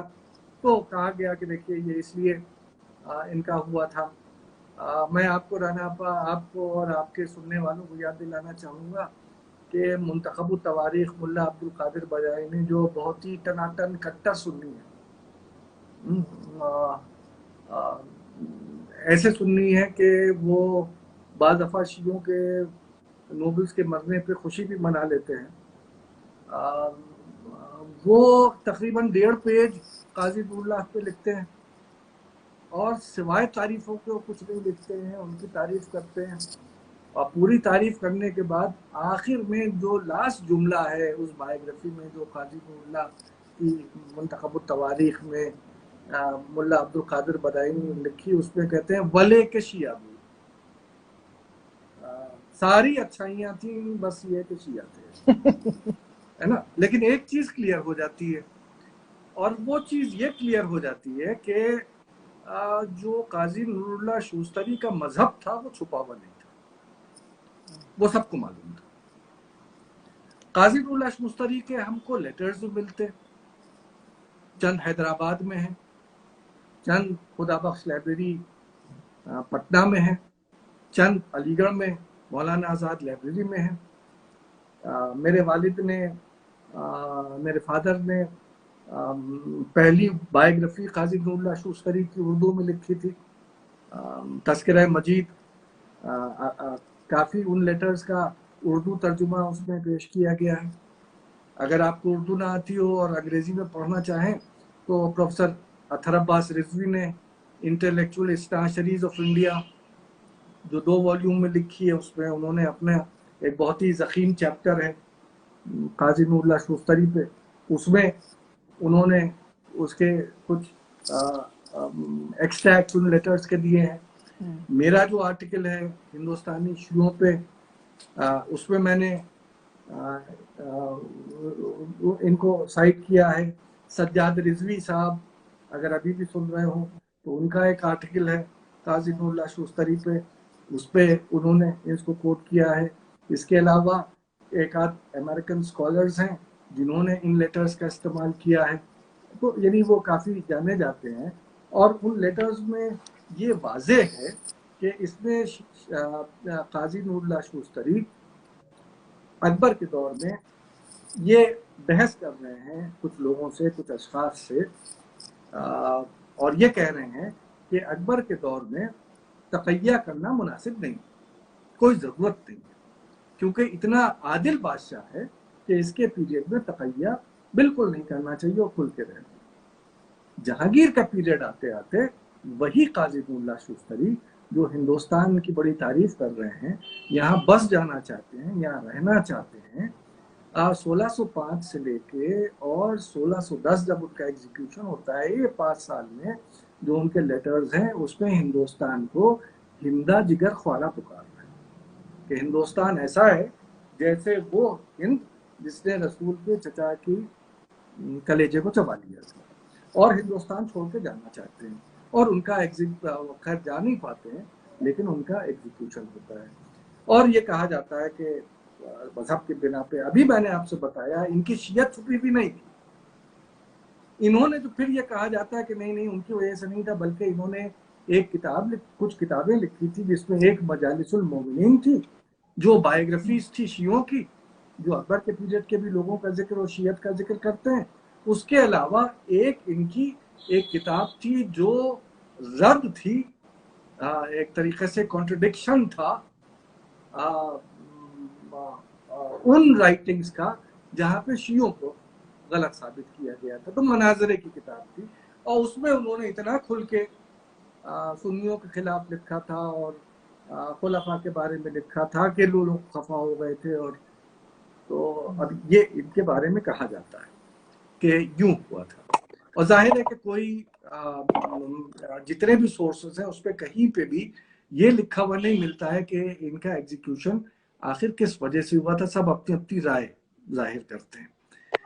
मजालिसुल मोमिनीन, अब जो मजालिस जहांगीरी एक मैन्युस्क्रिप्ट जो लाहौर के बाजार में दरियाफ्त हुई थी और जिसको शाया किया गया, पाकिस्तान से शाया हुई, अब पूरे मंजर आम पे आ गई। जो कॉरिन लेफेव्रे ने भी उसको इस्तेमाल किया, शिरीन मुसवी ने भी इस्तेमाल किया, संजय सुब्रमण्यम ने उसको इस्तेमाल किया, ये कुछ नए लोगों ने उसको इस्तेमाल किया। एक हमारे डिपार्टमेंट में एक टीचर हैं रियाज अहमद, उन्होंने उसको इस्तेमाल किया। जब इस नए सोर्स को पढ़िए, ये एक्चुअली जो इबादत खाना, जो मैं आपको वापस लेना चाहूंगा इबादत खाना डिस्कशंस पे, जो अकबर के पीरियड में जो वो रिलीजियस मनाजरे, जो डिस्कशंस आपस में हो रहे थे, उनकी 10 रातों का तस्करा है जो मजालिस जहांगीरी के नाम से जाना जाता है। जो एक इसका जो ऑथर है वो इन 10 रातों में मौजूद रहा था और उन रातों में उसने क्या सुना था, क्या डिस्कशंस हो रहे थे, उनको वो रिकॉर्ड कर रहा है। अली राय सिंह ढलान के बारे में और दूसरे वाकयात के बारे में। उन्हीं में से एक रात ये डिस्कशन हुआ काजी नूरुल्लाह शूस्तरी के एग्जीक्यूशन के बारे में, और मजालिस जहांगीरी के ऑथर ने ये लिखा कि जहांगीर ने ये कहा कि लोग मुझ पे ये तोहमत लगाते हैं कि काजी नूरुल्लाह को मैंने उनके शिया होने के नाते उनको मरवा दिया था, जो गलत है। तो अब बहुत से हिस्टोरियन ये लेके चल गए कहने के लिए, देखिए जहांगीर ने मना किया कि नहीं कोई मजहब नहीं इन्वॉल्व था। मैंने उससे एक दूसरी चीज अक्स की, मैंने ये चीज अक्स की कि जहांगीर ने किसी वजह से इनको मरवाया हो, चाहे इनके मनाजरे की किताबों के लिखने पे करवाया हो, चाहे इनके तकैया न करने के लिए करवाया हो, जो मुमकिन नहीं मालूम देता, क्योंकि अकबर के पीरियड से एक आध शिया थे जो खुले होकर नमाज पढ़ा करते थे, मसलन फतेहुल्लाह शिराजी, तो कभी उनका एग्जीक्यूशन नहीं हुआ। तो ये सब तो बकवास की बात है, लेकिन जो भी रीजन रहा हो, लेकिन ये जो अफवाह थी कि मजहब के नाम पे एग्जीक्यूशन हुआ है, ये जहांगीर के पीरियड में ही आम होने लगी थी, फैलने लगी थी। और जहांगीर को खुद सामने आके एक रात उस मकाम पे जहां पे डिस्कशंस होते थे, उसमें उस चीज का खंडन करना पड़ा था कि मैंने काजी नूरुल्लाह शूस्तरी को इसलिए नहीं मरवाया क्योंकि वो एक शिया थे। तो सवाल यह पैदा होता है कि अगर जहांगीर की बात मान लें कि जहांगीर ने काजी नूरुल्लाह शूस्तरी को इसलिए नहीं मरवाया कि वो शिया थे, तो आखिरकार उनका एग्जीक्यूशन हुआ क्यों? मेरी अपनी रीडिंग ये है कि अकबर ने जब 1585 में जो पहला काम काजी नूरुल्लाह शूस्तरी को दिया था, जब वो फतेहपुर सीकरी में दरबार में हाजिर हुए थे, तो उस वक्त अकबर एक्चुअली हकीम अली गीलानी ने और फतेहुल्लाह शिराजी ने और फैजी ने मिलके और काजी नूरुल्लाह को पेश किया था अकबर के सामने कि ये वहाँ के बहुत काबिल ईरान से अभी अभी आए हैं और काजी हैं। तो अकबर ने इनको एक काम दिया था, वो काम ये था जो मैं पहले भी आपसे अभी कुछ मिनट पहले बता चुका कि कश्मीर के इलाके में कुछ इंक्वायरीज करने के लिए काजी नूरुल्लाह को भेजा था। आप याद कीजिए कि कश्मीर का कुछ इलाका ऐसा रहा है जहां इंक्वायरीज काफी करवाई गई, क्योंकि दूर दराज का इलाका था। औरंगजेब के पीरियड में भी कुछ इंक्वायरीज चल रही थी, तेग बहादुर का जो वाकया हुआ था, या अकबर के पीरियड में काजी नूरुल्लाह भेजे गए थे, जहांगीर के पीरियड में भी कुछ इंक्वायरीज इस टाइप के दूर दराज इलाके में कुछ बंगलिंग्स हुआ करती थी। काजी नूरुल्लाह ने वहां जाके एक तरीके से जो बड़े बड़े नोबल्स थे उनके खिलाफ अपना फैसला सुनाया था, and they were very antagonized against Qazi Nurullah. But Qazi Nurullah was being protected in the court because of heavyweights of Akbar's nobles. For example, Fatehullah Shirazi, Faizi, Hakim Ali Gilani, ये Gilani brothers, Abul फजल himself, ये जितने जो ईरानी nobility थी और ये इस type के लोग थे, ये सब के सब जिन्होंने मिलकर काजी नूरुल्लाह को अकबर के दरबार में एक तरीके से एंट्री दिलाई थी और उनकी पुष्टपराही कर रहे थे जब तक ये लोग जिंदा रहे, मौजूद रहे। काजी नूरुल्लाह के खिलाफ कोई भी बाल बाका नहीं कर पाया।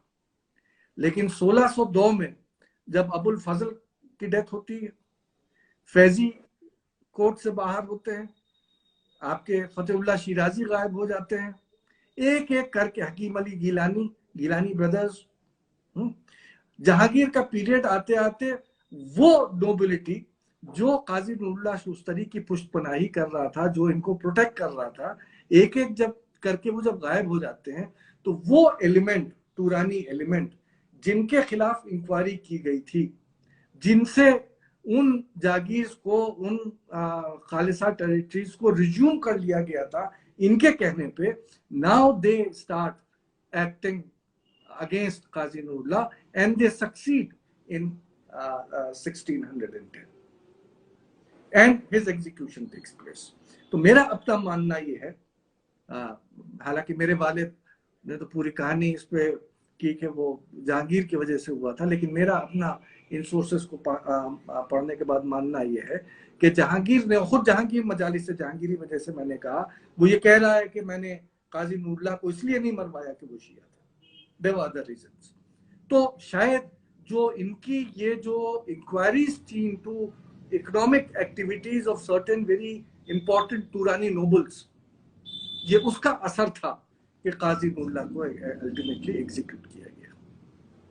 तो इसका कोई जहांगीर के पीरियड में, हाँ जाहिर है कि क्योंकि वो एक वेल नोन शिया थे, तो एक आम जबान में जो, जैसे मैंने कहा कि इतनी रूमर फैल गई थी कि जहांगीर को खुद को ये कहना पड़ा था कि मैंने इनको मजहब के नाम पे नहीं कराया, उसके पीरियड में ये रूमर फैल गई थी।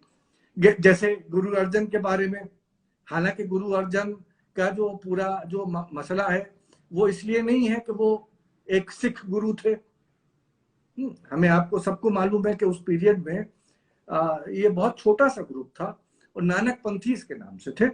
उस आने में सिखिज्म जो बाकायदा, अभी कुछ लोग मुझसे फेसबुक पे बहुत खफा हो गए थे, वो बुरा भला भी कुछ सिखों ने मुझसे कहा था, मैंने कहा था कि उस पीरियड में सिखिज्म थी नहीं, सिख टर्म ही बहुत बाद में आता है ना। इस पीरियड में ये नानक पंथी थे और गुरु अर्जन का इन्वॉल्वमेंट जो था वो एक ऐसे रिबेलियन में था जो जहांगीर के एक्सेशन को रोकने के लिए था, और वो फाइनेंस कर रहे थे एक ऐसे आदमी को जो इनका बेटा जरूर था लेकिन जहांगीर को बादशाह बनने से रोक रहा। तो he was punished for that. अपने बेटे को भी नहीं बख्शा था, ऐसा नहीं है कि सिर्फ गुरु पे पूरा इताब उन्होंने कर दिया था, अपने बेटे को भी ब्लाइंड करा दिया था और कहीं कहीं छोड़ा, और इनको भी, गुरु अर्जन को भी उन्होंने सजा दी थी। Ultimately he died, that's another matter, but the fact is that he was punished for reasons which were not religious. Similarly जो जैन्स का मामला है उसको भी अगर आप सोर्सेस को कायदे से उन डॉक्यूमेंट्स को पढ़ें तो इन जैन प्रीस्ट के परसिक्यूशन, मर्चेंट्स के परसिक्यूशन के बाद तक जो जैन मंदिर बनाए जा रहे हैं उसके ऊपर जहांगीर को की तारीफ की जा रही है। ये क्योंकि कुछ रिबेलियंस में लोग शामिल थे इसलिए ये स्टेप उठाए गए थे। मैं ये कहता हूं कि जहांगीर बड़ा अनफॉर्चुनेट था कि उसके अच्छा देखिए, ये याद रखिए कि जब रिलीजन और पॉलिटिक्स दोनों को मिक्स किया जाएगा तो फिर उसके असर बड़े बुरे होते हैं। तो बहरहाल जहांगीर भी जस्ट लाइक अकबर, जो मोंजरेट ने कहा था ना कि अकबर किसी मजहब को मानने वाले नहीं थे, सारे मजहब को रिजेक्ट करते थे, जहांगीर भी वही करते थे। बस फर्क ये था कि जहांगीर अपने जो उन्होंने इक़दाम उठाए उसकी वजह से कुछ गलत फहमियों का शिकार बन गए। Actually all these executions and so called persecutions, लेकिन मैं आपको एक चीज बताऊं, जैसे मसलन हिंदुओं के साथ जहांगीर ने किया, मथुरा के रीजन में ये एक बार गए, एक मंदिर को इन्होंने देखा, जहांगीर तुजुक में लिख रहे हैं, मंदिर को देखा, बड़ी तारीफ की, और उस मंदिर कि ये अगर आप तुजुक के वो पेजेस, मुझे इस वक्त याद नहीं है वो पेजेस क्या हैं, उनके अकाउंट पढ़िए तो खुद जहांगीर का लिखा हुआ, तो he is praising this temple like anything, क्या खूबसूरत है। और जब इंटर किए तो उसके अंदर जो उन्होंने इमेज देखी वो बोर गॉड की थी, बोर कहते हैं सुअर को। और अचानक देखा इतनी खूबसूरत मंदिर में, और अंदर जो पूजा जा रहा है वो कौन गॉड है? बोर गॉड है। हमें आपको मालूम है कि बोर गॉड कौन होता है? He is one of the avatars of Lord Vishnu, Varaha. Varaha. तो वराह की इमेज को ये कहते हुए और तुजुक में उसको उन्होंने लिखा कि इतनी खूबसूरत मंदिर में इतना भद्दा आइडल, तोड़ दो, और तोड़ दिया गया। तो ये तो उनकी लामजहबीपन शो करता है, लेकिन ये नहीं शो करता कि he was against the faith of the Hindus. हालांकि इसका कितना बुरा असर पड़ा होगा हिंदुओं पे, अगर आपके किसी मजहबी आइकन को इस तरह से कोई कर दे तो आप ये कह के नहीं टाल सकते कि भद्दा लग रहा था इसलिए तोड़ दिया गया और आप उससे खुश हो जाएंगे।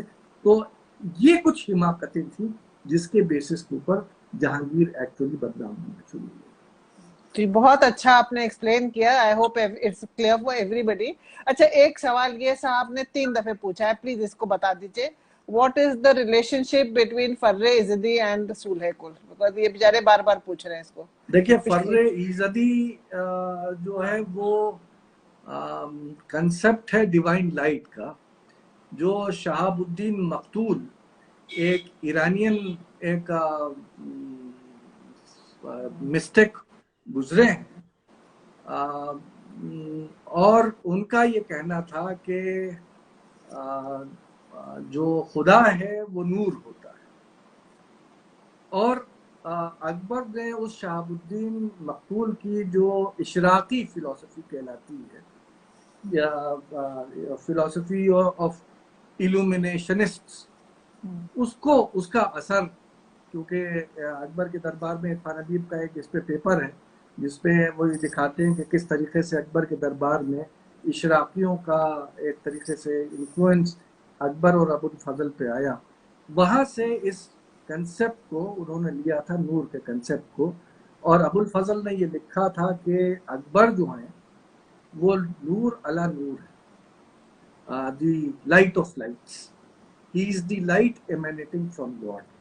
तो अगर आप इस कंसेप्ट को आप लेंगे तो that goes towards establishing the divine kingship of Akbar, that has nothing to do with his policy of Sulekul, that has everything to do with his claims to divinity। यानी अकबर एक अजीब, देखिए एक चीज मैं खास तौर से वो स्टूडेंट्स जो अगर यहाँ पे सुन रहे हैं, मैं ये कहना चाहूँगा कि जब आप हिस्ट्री को पढ़ें, whenever you read history, please don't look at the 16th century from the eyes of the 21st century। आप उस सेंचुरी को उसके कॉन्टेक्स्ट में समझने की कोशिश कीजिए। उस पीरियड में अकबर उस अंदाज में सेकुलर नहीं हो सकते जैसे आज हम आप उस 21st सेंचुरी में समझते हैं। ये आप याद, अकबर अपनी किंगशिप को बढ़ाने के लिए कई चीजों का इस्तेमाल कर रहा है। फॉर एग्जाम्पल, वो ये हाईलाइट कर रहा है कि उसके बाप हुमायूं जो है वो उस खानदान को बिलोंग करते हैं जो ईरान के एक बहुत बड़े सूफी जो जिंदा पीर कहलाते थे, वो उनके नाना, यानी वहां से अपने को ट्रेस करना। अपने को वो ये कह रहे हैं कि मैं खानदान तैमूरिया में, so he takes pride that he is a तैमूरी, अमीर तैमूर की लेगेसी को लेके चलना है। He is taking pride from the Mongol concept of kingship, जो बड़ी कॉन्ट्रडिक्टरी है एक दूसरे से।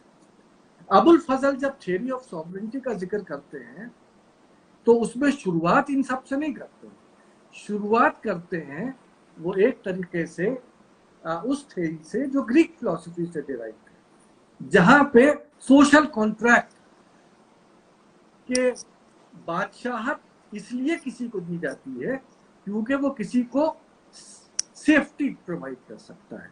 इन अदर वर्ड्स, जब तक अकबर सेफ्टी दे रहा है जब तक अकबर बादशाह है। यानी हर किस्म के एलिमेंट को, इसमें मिस्टिकल फिलॉसफी भी ऐड की जाती है, नूर बख्शिया फिलॉसफी भी ऐड की जाती है, इशराकी फिलॉसफी भी ऐड की जाती है, भक्ति की फिलॉसफी भी ऐड की जाती है। रिमेंबर कि अकबर के पीरियड में जो आपके जो हिंदवी सोर्सेस मिलते हैं, इसमें अकबर को विष्णु का अवतार माना जाता है, उसको भी ये लेके चलते हैं। तो हर स्ट्रीम ऑफ थॉट से ये अपने किंगशिप को सस्टेन करने के लिए ये चीजें लेते हैं। तो एक तरफ वो डिवाइन किंगशिप की बात करते हैं, और प्लस आपको मालूम होगा कि जो पूरी एक कंसेप्ट है एलन खोआ, यानी चंगेज की वो ग्रैंड मदर, जो अबुल फजल कहते हैं, ये पूरी एक चंगेजिक थ्योरी में एक पूरी वो कहानी डेवलप की गई है एलन खोआ के बारे में, कि बिल्कुल जनाब मरियम के अंदाज की, कि she was impregnated by the divine light of sun god, और उनसे 3 औलादें पैदा हुई थी, और वो 3 औलादें जो थी, क्योंकि वो डिवाइन लाइट के through, not through the intervention of some human being, just like Jesus was born not through the intervention of a man but by God himself. तो उसी तरीके से 3 सन्स ऑफ गॉड थे, उनमें से एक की औलाद चंगेज खान थे, और उस खानदान से वो जो लाइट, डिवाइन लाइट जो थी, वो सन की आई थी, वो वूम टू वूम ट्रांसमिट होते हुए अल्टीमेटली वो जाहिर हुई अकबर की पर्सनैलिटी में। तो एक तरीके से अकबर अपने किंगशिप को डिफाइन करने के लिए हर इंस्ट्रूमेंट का सहारा ले रहे हैं, और उसी में एक इंस्ट्रूमेंट का जो सहारा लेते हैं वो नूर का लेते हैं, फर्र-ई-ज़दी, that king is nothing but light emanating from God. इसको आप आसानी से यूं समझ लीजिए कि ज़िल्लल्लाह नेगेटिव आस्पेक्ट है। कैसे नेगेटिव है? क्योंकि साया क्या होता है? काला, जहां रोशनी नहीं पड़ती, negativity.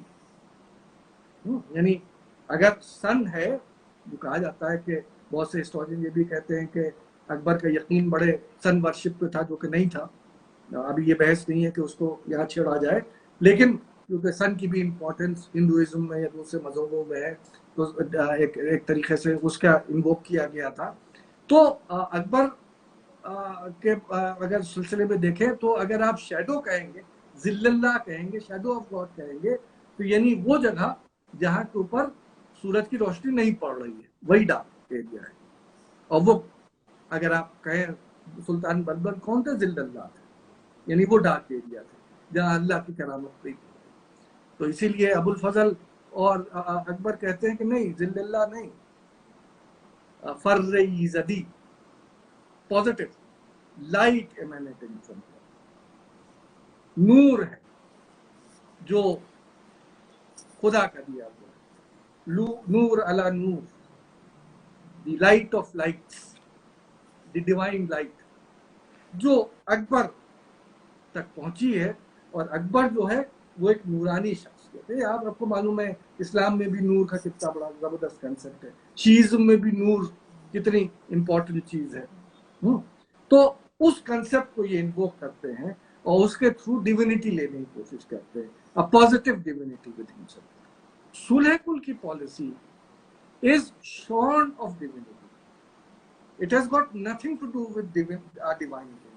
It has everything to do with how to deal with the public, how to deal with the subjects. तो दोनों में बहुत फर्क है। दोनों जो वो कंसेप्ट है फर्ज-ए-इज़्ज़ती का, वो बिल्कुल अलग है, और सुलह कुल का जो कंसेप्ट है वो बिल्कुल अलग है। बहुत ही इंटरेस्टिंग और बहुत अच्छे से आपने इसको समझाया। अब एक सवाल मनी मुग्धा का इन्होंने पिछली दफे में पूछा था कि was it tough for Jahangir being Akbar's son? Definitely it was very tough for Jahangir to be Akbar's son and the father of Shah Jahan. दोनों तरीके से बेचारे दबे हुए थे। तो जहांगीर, देखिए एक्चुअली आपने बहुत money Mugdha, you asked a very right question. In fact, even most of the historians, they just treat Jahangir as an interim king, दो प्लेट्स के बीच में है। अकबर, शाहजहां, जिसने ताजमहल, लेकिन अनफॉर्चुनेटली शाहजहां के बारे में बस ताज ही ताज रहता है, लेकिन ताजमहल का बनाने वाला और इधर फतेहपुर सीकरी का बनाने वाला, बीच में बेचारा जहांगीर। एक्चुअल फैक्ट ये है कि Jahangir in his own right was equal to his son, equal to his father। उसके भी रेन में तकरीबन जो काम हुए, यानी चाहे वो डेवलपमेंट ऑफ आर्किटेक्चर हो, डेवलपमेंट ऑफ पेंटिंग हो, डेवलपमेंट ऑफ फिलोसफी हो, कॉन्टैक्ट्स विद योगीज हो,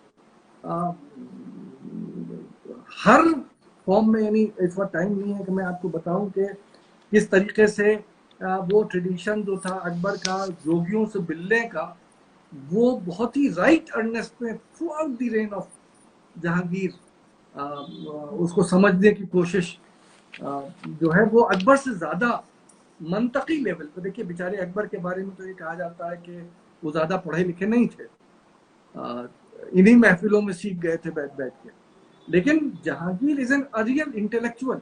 बाबर ने एक अपनी किताब लिखी है, जहांगीर ने अपनी किताब लिखी, both of them are intellectuals. और जो इबादत खाना जिसका जिक्र मैं शुरू में हुआ था, जिस टाइप के डिस्कशंस हैं, अकबर पेनिट्रेटिंग क्वेश्चंस पूछते हैं जो जिनकी सोशल रिफॉर्म की तरफ है, लेकिन फिलोसफिकली पेनिट्रेटिंग क्वेश्चंस जो अगर कोई पूछता है तो वो जहांगीर पूछता है, उसके पीरियड में जो इबादत खाना डिस्कशन।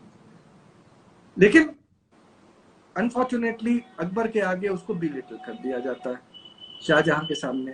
तो मेरा आंसर सिंपल ये होगा कि I think it was very difficult for Jahangir to deal with the fact that he was the son of Akbar. Very interestingly explain and a very important point, क्योंकि जैसे आपने फरमाया कि लोग ज्यादातर जहांगीर को ओवरलुक करके और फिर सीधे शाहजहां पर आ जाते हैं। जी जी। एक सवाल है, could you speak a little about the influence of the occultist groups at the Mughal court? occultist groups का मेरे नजर से कोई बहुत अच्छा काम अब तक हुआ नहीं है, शायद अगर हुआ होगा तो मेरी नजर से नहीं गुजरा है। लेकिन जो पर्सनैलिटी अकबर की थी उसको देखते हुए कोर्ट स्पॉन्सर्ड अकल्टिस्ट काम शायद उस अंदाज में अगर हुआ होगा, अगर if you know something I would be interested to know, but as far as my knowledge goes occults पे बहुत ज्यादा अकबर ने उस अंदाज में तवज्जो नहीं दी है। हाँ शायद अकल्ट के ऊपर जहांगीर के पीरियड में, क्योंकि जैसे मैंने कहा कि जहांगीर का स्टाइल बहुत ज़्यादा फलसफियाना था और फिलॉसफी के मौज़ूआत को उसके पीरियड में ज़्यादा टेकअप किया गया है या शाहजहां के पीरियड में किया गया है। अकबर के पीरियड में अगर होगा भी, अगर मैं ना कर रहा हूँ तो please don't take it as actually no, because it may be ignorance on my part. So I think because we have already हमारा 1.5 घंटा हो गया, आधा ही घंटा बचा है, we'll come to a question जो सब लोग बार बार पूछे चले जा रहे हैं। तो the 17th and the 18th century we see so much of very complex economic, social and political transformations taking place, yet these complexities of the period, they are, you know, they boil down to one question: what if? अगर दारा शिको बादशाह बनता, अगर अकबर औरंगजेब ना बनता, and then again this boils down to Akbar, Aurangzeb's religious piety and his religious policies. तो इसके ऊपर बहुत सारे सवाल आए हैं. So can you just talk us through the religious policy of Aurangzeb and its effect? देखिए इसमें जो आपने एक्चुअली जो सवाल पूछे हैं वो दो हैं जी. एक तो सवाल आपने पूछा है अगर ये होता तो क्या होता। जी, ये तो सब पूछते हैं, है ना। तो देखिए ये फील्ड है जो सेफोलॉजिस्ट जवाब दे सकते हैं, हिस्टोरियंस के बस का ये जवाब नहीं। तो just talk about the complexities of the age. Historian डील करता है विद एक्चुअली व्हाट हैपेंड, और हिस्टोरियन की बिलीफ ये होती है कि it is next to impossible to deal with the question what if, that is a frivolous question as far as a historian, a serious historian is concerned. Now, there are a number of people जो खासतौर से पिछले 6-7 साल से ये सवाल, बल्कि पिछले 3-4 साल से बहुत ज़्यादा सवाल उठ रहा है कि अगर औरंगजेब की जगह दारा शिकोह हो गए होते तो क्या होता। नहीं, तो मेरा सवाल ये है कि जो कॉम्प्लेक्सिटीज हैं उस जमाने की, उसको हम लोग ख्याल नहीं करते हैं, and we keep talking about the what if situation. तो इसके नजरिए में आप औरंगजेब की रिलीजियस पॉलिसीज को, उसी पे मैं आ रहा हूँ कि देखिए, सबसे बड़ी चीज ये कि अगर दारा की पर्सनालिटी को देखिए तो हमारे आप जैसे, जो जैसे एक आम इंसान होता है, कोई डिवाइन नहीं होता, तो हर एक में खूबियां होती हैं, हर एक में कमियां होती हैं। दारा को समझा जा सकता है उसकी राइटिंग्स, किसी को भी उसके राइटिंग्स और उसके जो कारनामे हैं उसके थ्रू। दारा एक बहुत इंटेलेक्चुअल किस्म के आदमी थे जो फिलोसफिकल क्वेश्चंस को डील करते थे। दारा का जो दरबार था उसमें साइंटिस्ट थे। इनफैक्ट विलियम हार्वे की जो theory of circulation of blood है उससे वाकफियत दारा रखते थे, कम लोगों को मालूम है। फ्रांसोआ बर्नियर जो एक फ्रेंच साइंटिस्ट था जिसको हम लोग ट्रैवलर कह के टाल देते हैं, he was actually a scientist, a French scientist who had come to India. Danishmand Khan जो एक बहुत बड़े इंटेलेक्चुअल थे। ये सारे के सारे लोग जो थे वो सिर्फ शाहजहाँ ही नहीं बल्कि डायरेक्टली दारा शिकोह से जुड़े हुए लोग थे। दारा वो था कि जिसने जाने कितने जो संस्कृत टेक्स्ट्स हैं उनको बैठ के और ट्रांसलेट किया था। मजमुअल बहरैन लिखी थी, सिर्फ यही नहीं लिखी थी, और भी उसकी बहुत सारी किताबें, वर्क्स हैं जो दारा ने किए थे। In short, he was an intellectual. An intellectual is very different from a fighter and a diplomat, है ना। इरफान अभी बहुत बड़े स्कॉलर हैं, जरा इमेजिन कीजिए उनके हाथ में तलवार थमा दीजिए, यकीन जानिए पहली जंग में हार जाएंगे। और यहाँ बिठा लीजिए तो हम जैसे और राना अब्बा जैसे लोग एक कोने लगाते थे, हर एक की वो होती। तो अगर आप ये व्हाट इफ में जाएं तो अगर दारा शिकोह बड़े बड़े सूबों के मालिक रहे थे, उतने ही इम्पोर्टेंट सूबों के सूबादार थे जितने इम्पोर्टेंट सूबों के औरंगजेब थे। जो नॉर्थ वेस्ट फ्रंटियर के बाहर जाके जो बल्ख एंड बदख्शां की तरफ जो शाहजहां के कैंपेन्स हुए थे उसके भी कमांडर थे जैसे कि औरंगजेब थे, है ना। लेकिन एक फर्क था, और फर्क ये था कि जब वो सूबादार थे पंजाब जैसी जगह के, तो वो अपने नुमाइंदों के थ्रू काम करते थे, खुद कभी नहीं करते। और कभी कोई प्रॉब्लम आती थी तो अब्बा जान के खिदमत में हाजिर हो जाते थे, अब्बा जान मदद कर दीजिए, और शाहजहां उनके प्रॉब्लम्स को सॉल्व कर देते थे। He did not have any administrative practical experience. जब वो बल्ख बदख्शां के कैंपेन में कमांडर बना के भेजे गए थे तो बड़ा लतीफ़ा है, मालूम नहीं आपने सुना होगा कि नहीं सुना होगा, जब वो वॉर से पहले उन्होंने एक ड्रामा रचा।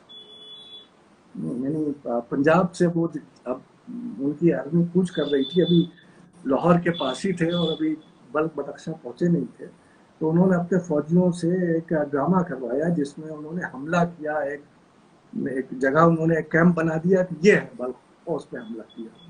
और जाहिर है कि उस ड्रामे में खुद जीत गए और बड़ी रात भर जश्न मनाया गया है कि दारा शिकोह जीत गए, दारा शिकोह जीत गए। जब एक्चुअल वॉर हुई तो उस पर कहीं मौजूद नहीं थे, है ना। तो इवन इन फैक्ट कमांडरशिप में Dara had no experience. Aurangzeb had administrative experience, had military experience. He was a commander par excellence. In case agar Dara would have become, he could have become a great, and he was a great scholar. but as a king, I would say that he would have been a total failure. So this is as far as, but as I said कि ये as a historian नहीं बोल रहा हूँ, लेकिन history को जितना समझा है उस बेसिस पे एक राय दे रहा हूँ. It might be wrong. जहां तक के औरंगजेब का सवाल था, उनकी रिलीजियस पॉलिसी पे जो राणा आपा ने जो सेकंड हाफ इनके क्वेश्चन का था ये था कि उसको कैसे इंटरप्रेट करेंगे आप. तो मैं आपकी तवज्जो एक तरफ ले जाना चाहूँगा. जो निशान कहते हैं, शहजादा जब किसी ऑर्डर को इशू करता है, जब बादशाह इशू करता है तो वो फरमान तय करता है, और जब शहजादा उसी टाइप के ऑर्डर को इशू करता है तो वो निशान कहता है. तो शहजादगी के दौर में, जब वॉर ऑफ सक्सेशन शुरू हुई है 1556-57 के पीरियड है, जब ये दक्कन से निकल के और दिल्ली और आगरे की तरफ कूच कर रहे हैं और ये पूरे तरफ प्रोपेगेंडा करते हुए जा रहे हैं कि मेरे बाप को कैदी बना लिया है, उसे लिबरेट कराने जाना है और वगैरह वगैरह.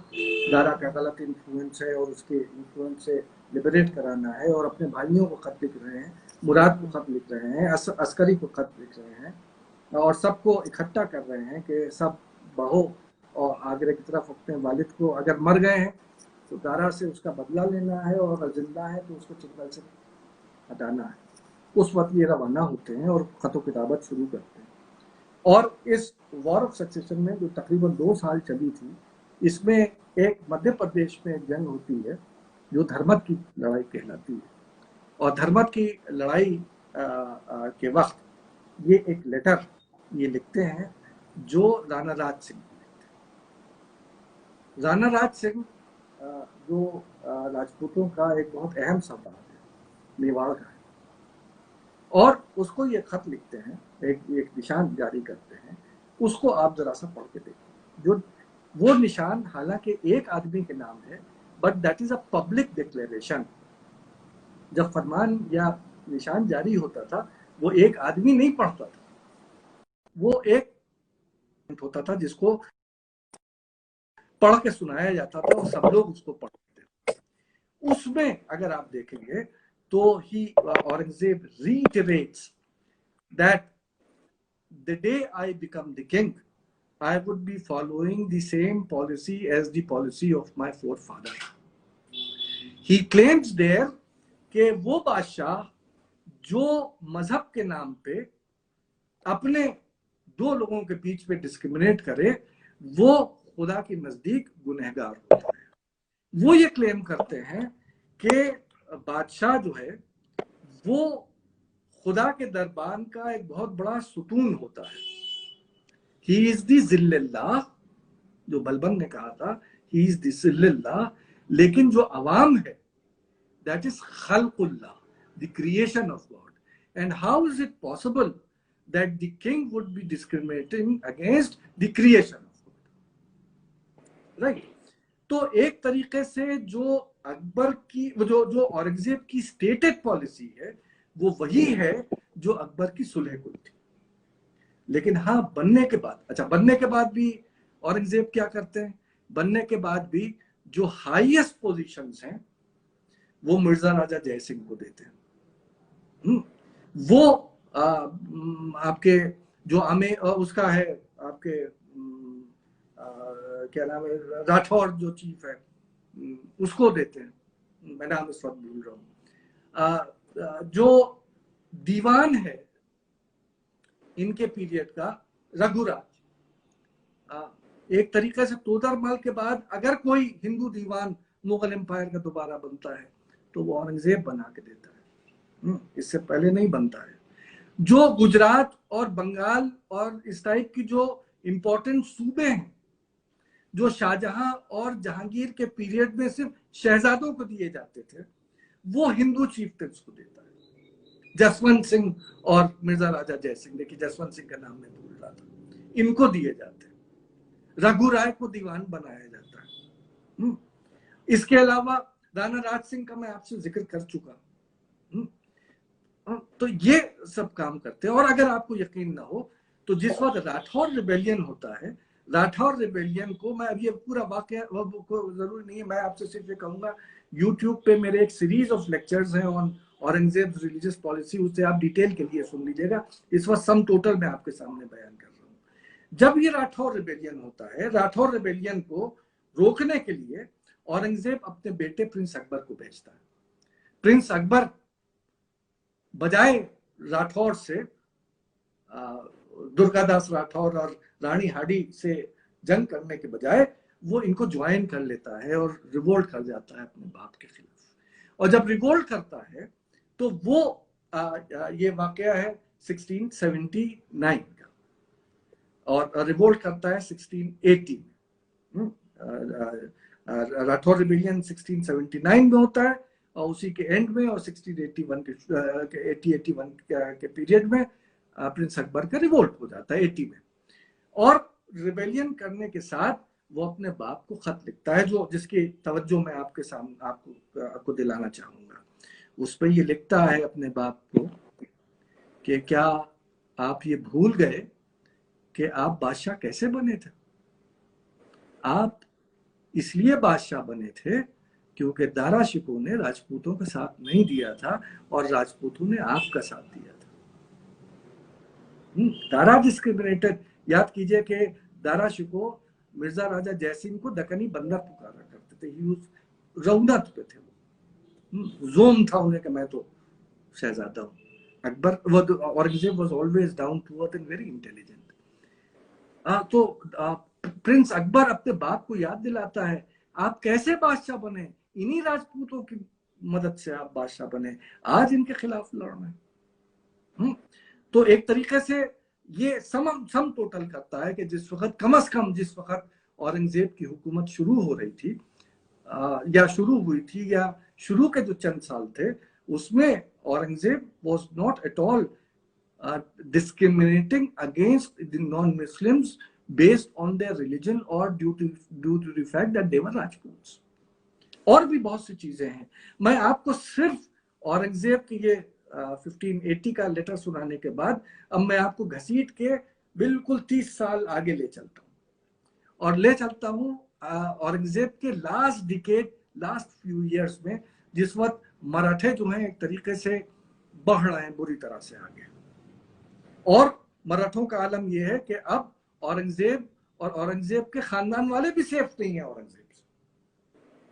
1581 में जिस वक्त औरंगजेब इसमें दक्कन में घुसे हैं, उसके बाद ये अब तक वापस नहीं आ पाए दिल्ली और आगरा की तरफ।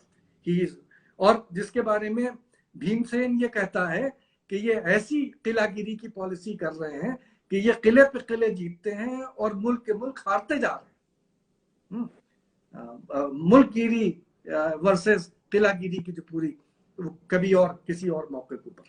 तो ऐसे वक्त में एक शहजादी है जो औरंगजेब के खानदान की है, शहजादी है, इनके बेटे की बेटी है, वो दक्कन में ट्रैवल कर रही है और उसके साथ में एक राजपूत कंटिंजेंट है जो उसको प्रोटेक्ट करके आगे बढ़ा रहा है, उसको ले जा रहा है।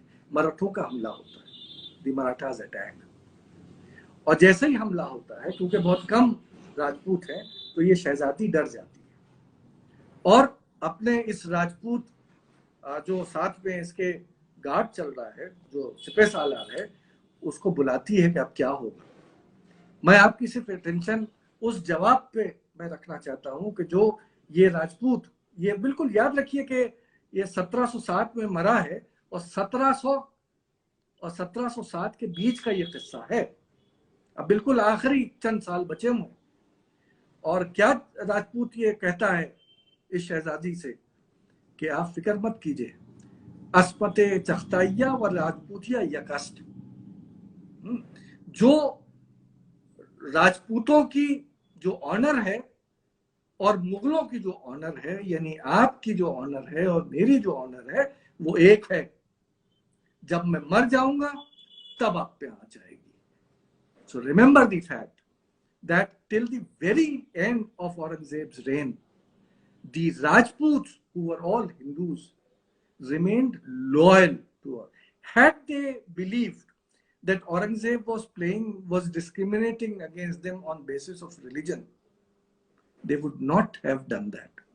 Remember, जिजिया की बात आती है, जिजिया किस पे लगता था? जिजिया उन्हीं पे लगता था जिन पे ये राजपूत डिस्क्रिमिनेट करते थे। आज भी हमारे यहाँ छुआछूत है, छोटी जात के लोगों के खिलाफ होता है, और ये राजपूत जितनी भी जुल्म अपनी छोटी जात पे हो सकता था वो करते थे। औरंगजेब या मुगल जो जिजिया लगाते हैं, किस पे लगाते हैं? उन पे लगाते हैं जो ब्राह्मण नहीं है, जो राजपूत नहीं है, जो मुगल सर्विस पे नहीं है, जो पेजेंट ऑलरेडी परेशान हो रही है उस पे लगाते हैं, जिसपे ऑलरेडी ये। इसीलिए आप देखेंगे चाहे वो ईसरदास नागर हो, चाहे भीमसेन हो, चाहे कोई और हिस्टोरियन हो जो औरंगजेब के पीरियड का है, वो औरंगजेब की ढेर भर बुराई कर रहा है। मराठों से ऐसे लड़े और फला से यूं करना चाहिए था, ये गलती कर दी, वो गलती कर दी, लेकिन इस इशू के ऊपर वो नहीं आते हैं कि कहीं वो उन्होंने ये पॉइंट आउट किया हो कि हिंदुओं के खिलाफ उन्होंने जिजिया लगाया। जिजिया लगाना मेंशन कर देते हैं विदाउट एनी रैंकर, क्योंकि उनके ऊपर, उनकी सेहत पे, जो हाई क्लास लोग थे उनकी सेहत पे असर नहीं पड़ रहा था। जहां तक कि मंदिरों के गिराने के सवाल है, there is no doubt that a large number of temples were broken under Aurangzeb. There were temples which were broken under Aurangzeb. No one can deny that. And it was a religious discrimination. जैसे मैंने जहांगीर की उस मूर्ति को तोड़ने के लिए कहा था कि उसका कोई जस्टिफिकेशन नहीं हो सकता है, उसी तरह मैं ये भी कहूंगा कि जो औरंगजेब ने मंदिर तोड़वाए थे उसका भी कोई जस्टिफिकेशन नहीं होता है। लेकिन दसबस्ता मैं आपसे ये भी कहना चाहूंगा कि उसके पीरियड में कोई भी इस चीज को ऑब्जेक्शनेबल नहीं मानता। क्यों नहीं मानता है? दो वजह हो सकती है। एक, जो आज हम लोग देख रहे हैं साइकोफेंसी, डर, खौफ। अगर कोई हमारा जो बरसरे इख्तिदार है, जो हुक्मरान है, अगर हमारी जान भी ले रहा होता है तो हम लोग अगर उसके सामने जाते हैं तो वादनाब करते हैं। अगर मैं आपसे कह दूं कि मोदी जी के खिलाफ आप एक फेसबुक पे कमेंट लिख दीजिए, आप भाग जाएंगे, आप मुझे भी अपने यहाँ से ब्लॉक कर देंगे डर के मारे कि कौन हुकूमत से टकराएगा। ये वजह हो सकती है कि इसलिए लोग नहीं लिख रहे थे। लेकिन दूसरी वजह ये थी, जो आपके जो अमेरिकन एक स्कॉलर है रिचर्ड ईटन, जिसने अपनी किताब में एक्सप्लेन किया है, और वो ये है कि ये एक वेल एस्टैब्लिश्ड तरीका था। जो एक हाकिम जो था, जो विक्टर होता था, वो जिसको हराता था उसके रिलीजियस मकामात को वो आराम से गिरा सकता था, उस पर कोई बुराई नहीं समझी जाती थी। जब राठौर रिबेलियन हुआ है और रानी हार्डी अपने नाम पे और अपने क्लाइंट के नाम पे टीका मांग रही हैं कि आप हमें मान्यता प्राप्त रूलर बना दीजिए, और औरंगजेब उसके लिए तैयार नहीं हो रहे हैं, तो रानी हार्डी का एक लेटर मौजूद है, वो किसी मुगल लाइब्रेरी में नहीं मौजूद है, उसी जोधपुर की लाइब्रेरी में मौजूद है उसकी कॉपी। श्यामल दास के अकाउंट में मौजूद है, दर्ज है। और क्या है वो? उसमें वो लिखती हैं कि सरकार वाला मुझे आप टीका दे दीजिए या मेरे कैंडिडेट को आप टीका दे दीजिए, सारी मंदिरें अपने हाथ से तोड़वा दूंगी, कोई प्रॉब्लम नहीं। औरंगजेब नहीं सुनता है। अल्टीमेटली फिर क्योंकि दे रिवोल्टेड अल्टीमेटली, तो रिवोल्ट के बाद, यानी बनारस को भी कहा जाता है या जहां जहां भी कहा जाता है, अगर आप उसकी तारीख उठा के देखें तो हर उस जगह जहां कोई ना कोई रिवोल्ट हुआ होगा, और यही काम वैष्णवाइट्स ने शैवाइट्स के साथ किया, शैवाइट्स ने वैष्णवाइट्स के साथ किया, शैवाइट वैष्णवाइट ने मिलके बुद्धिस्ट और जैन्स के साथ किया, जैन्स और बुद्धिस्ट ने मिलके इनके साथ किया। That has been.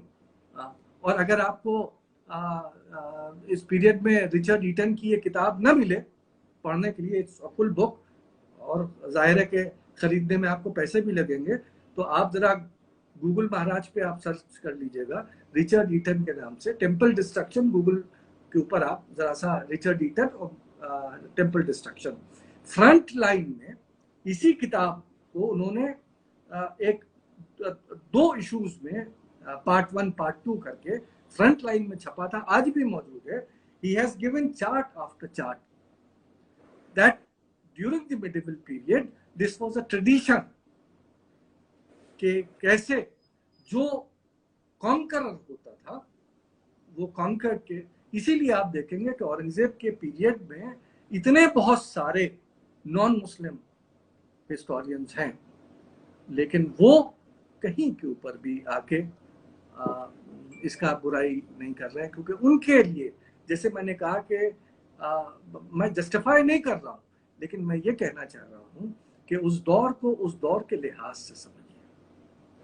उस दौर को आप अगर 16-17 सेंचुरी में हैं तो आप ये नहीं कर सकते कि आजकल के जो कदरें हैं उनको आप पीछे ले जाके उस पीरियड में देखें, क्योंकि उस पीरियड में जो कदरें होंगी उससे आज नहीं। आज आप LGBT का तस्करा करते हैं, आज आप बात करते हैं कि क्या नाम है, होमोसेक्सुअलिटी अच्छी है या बुरी है।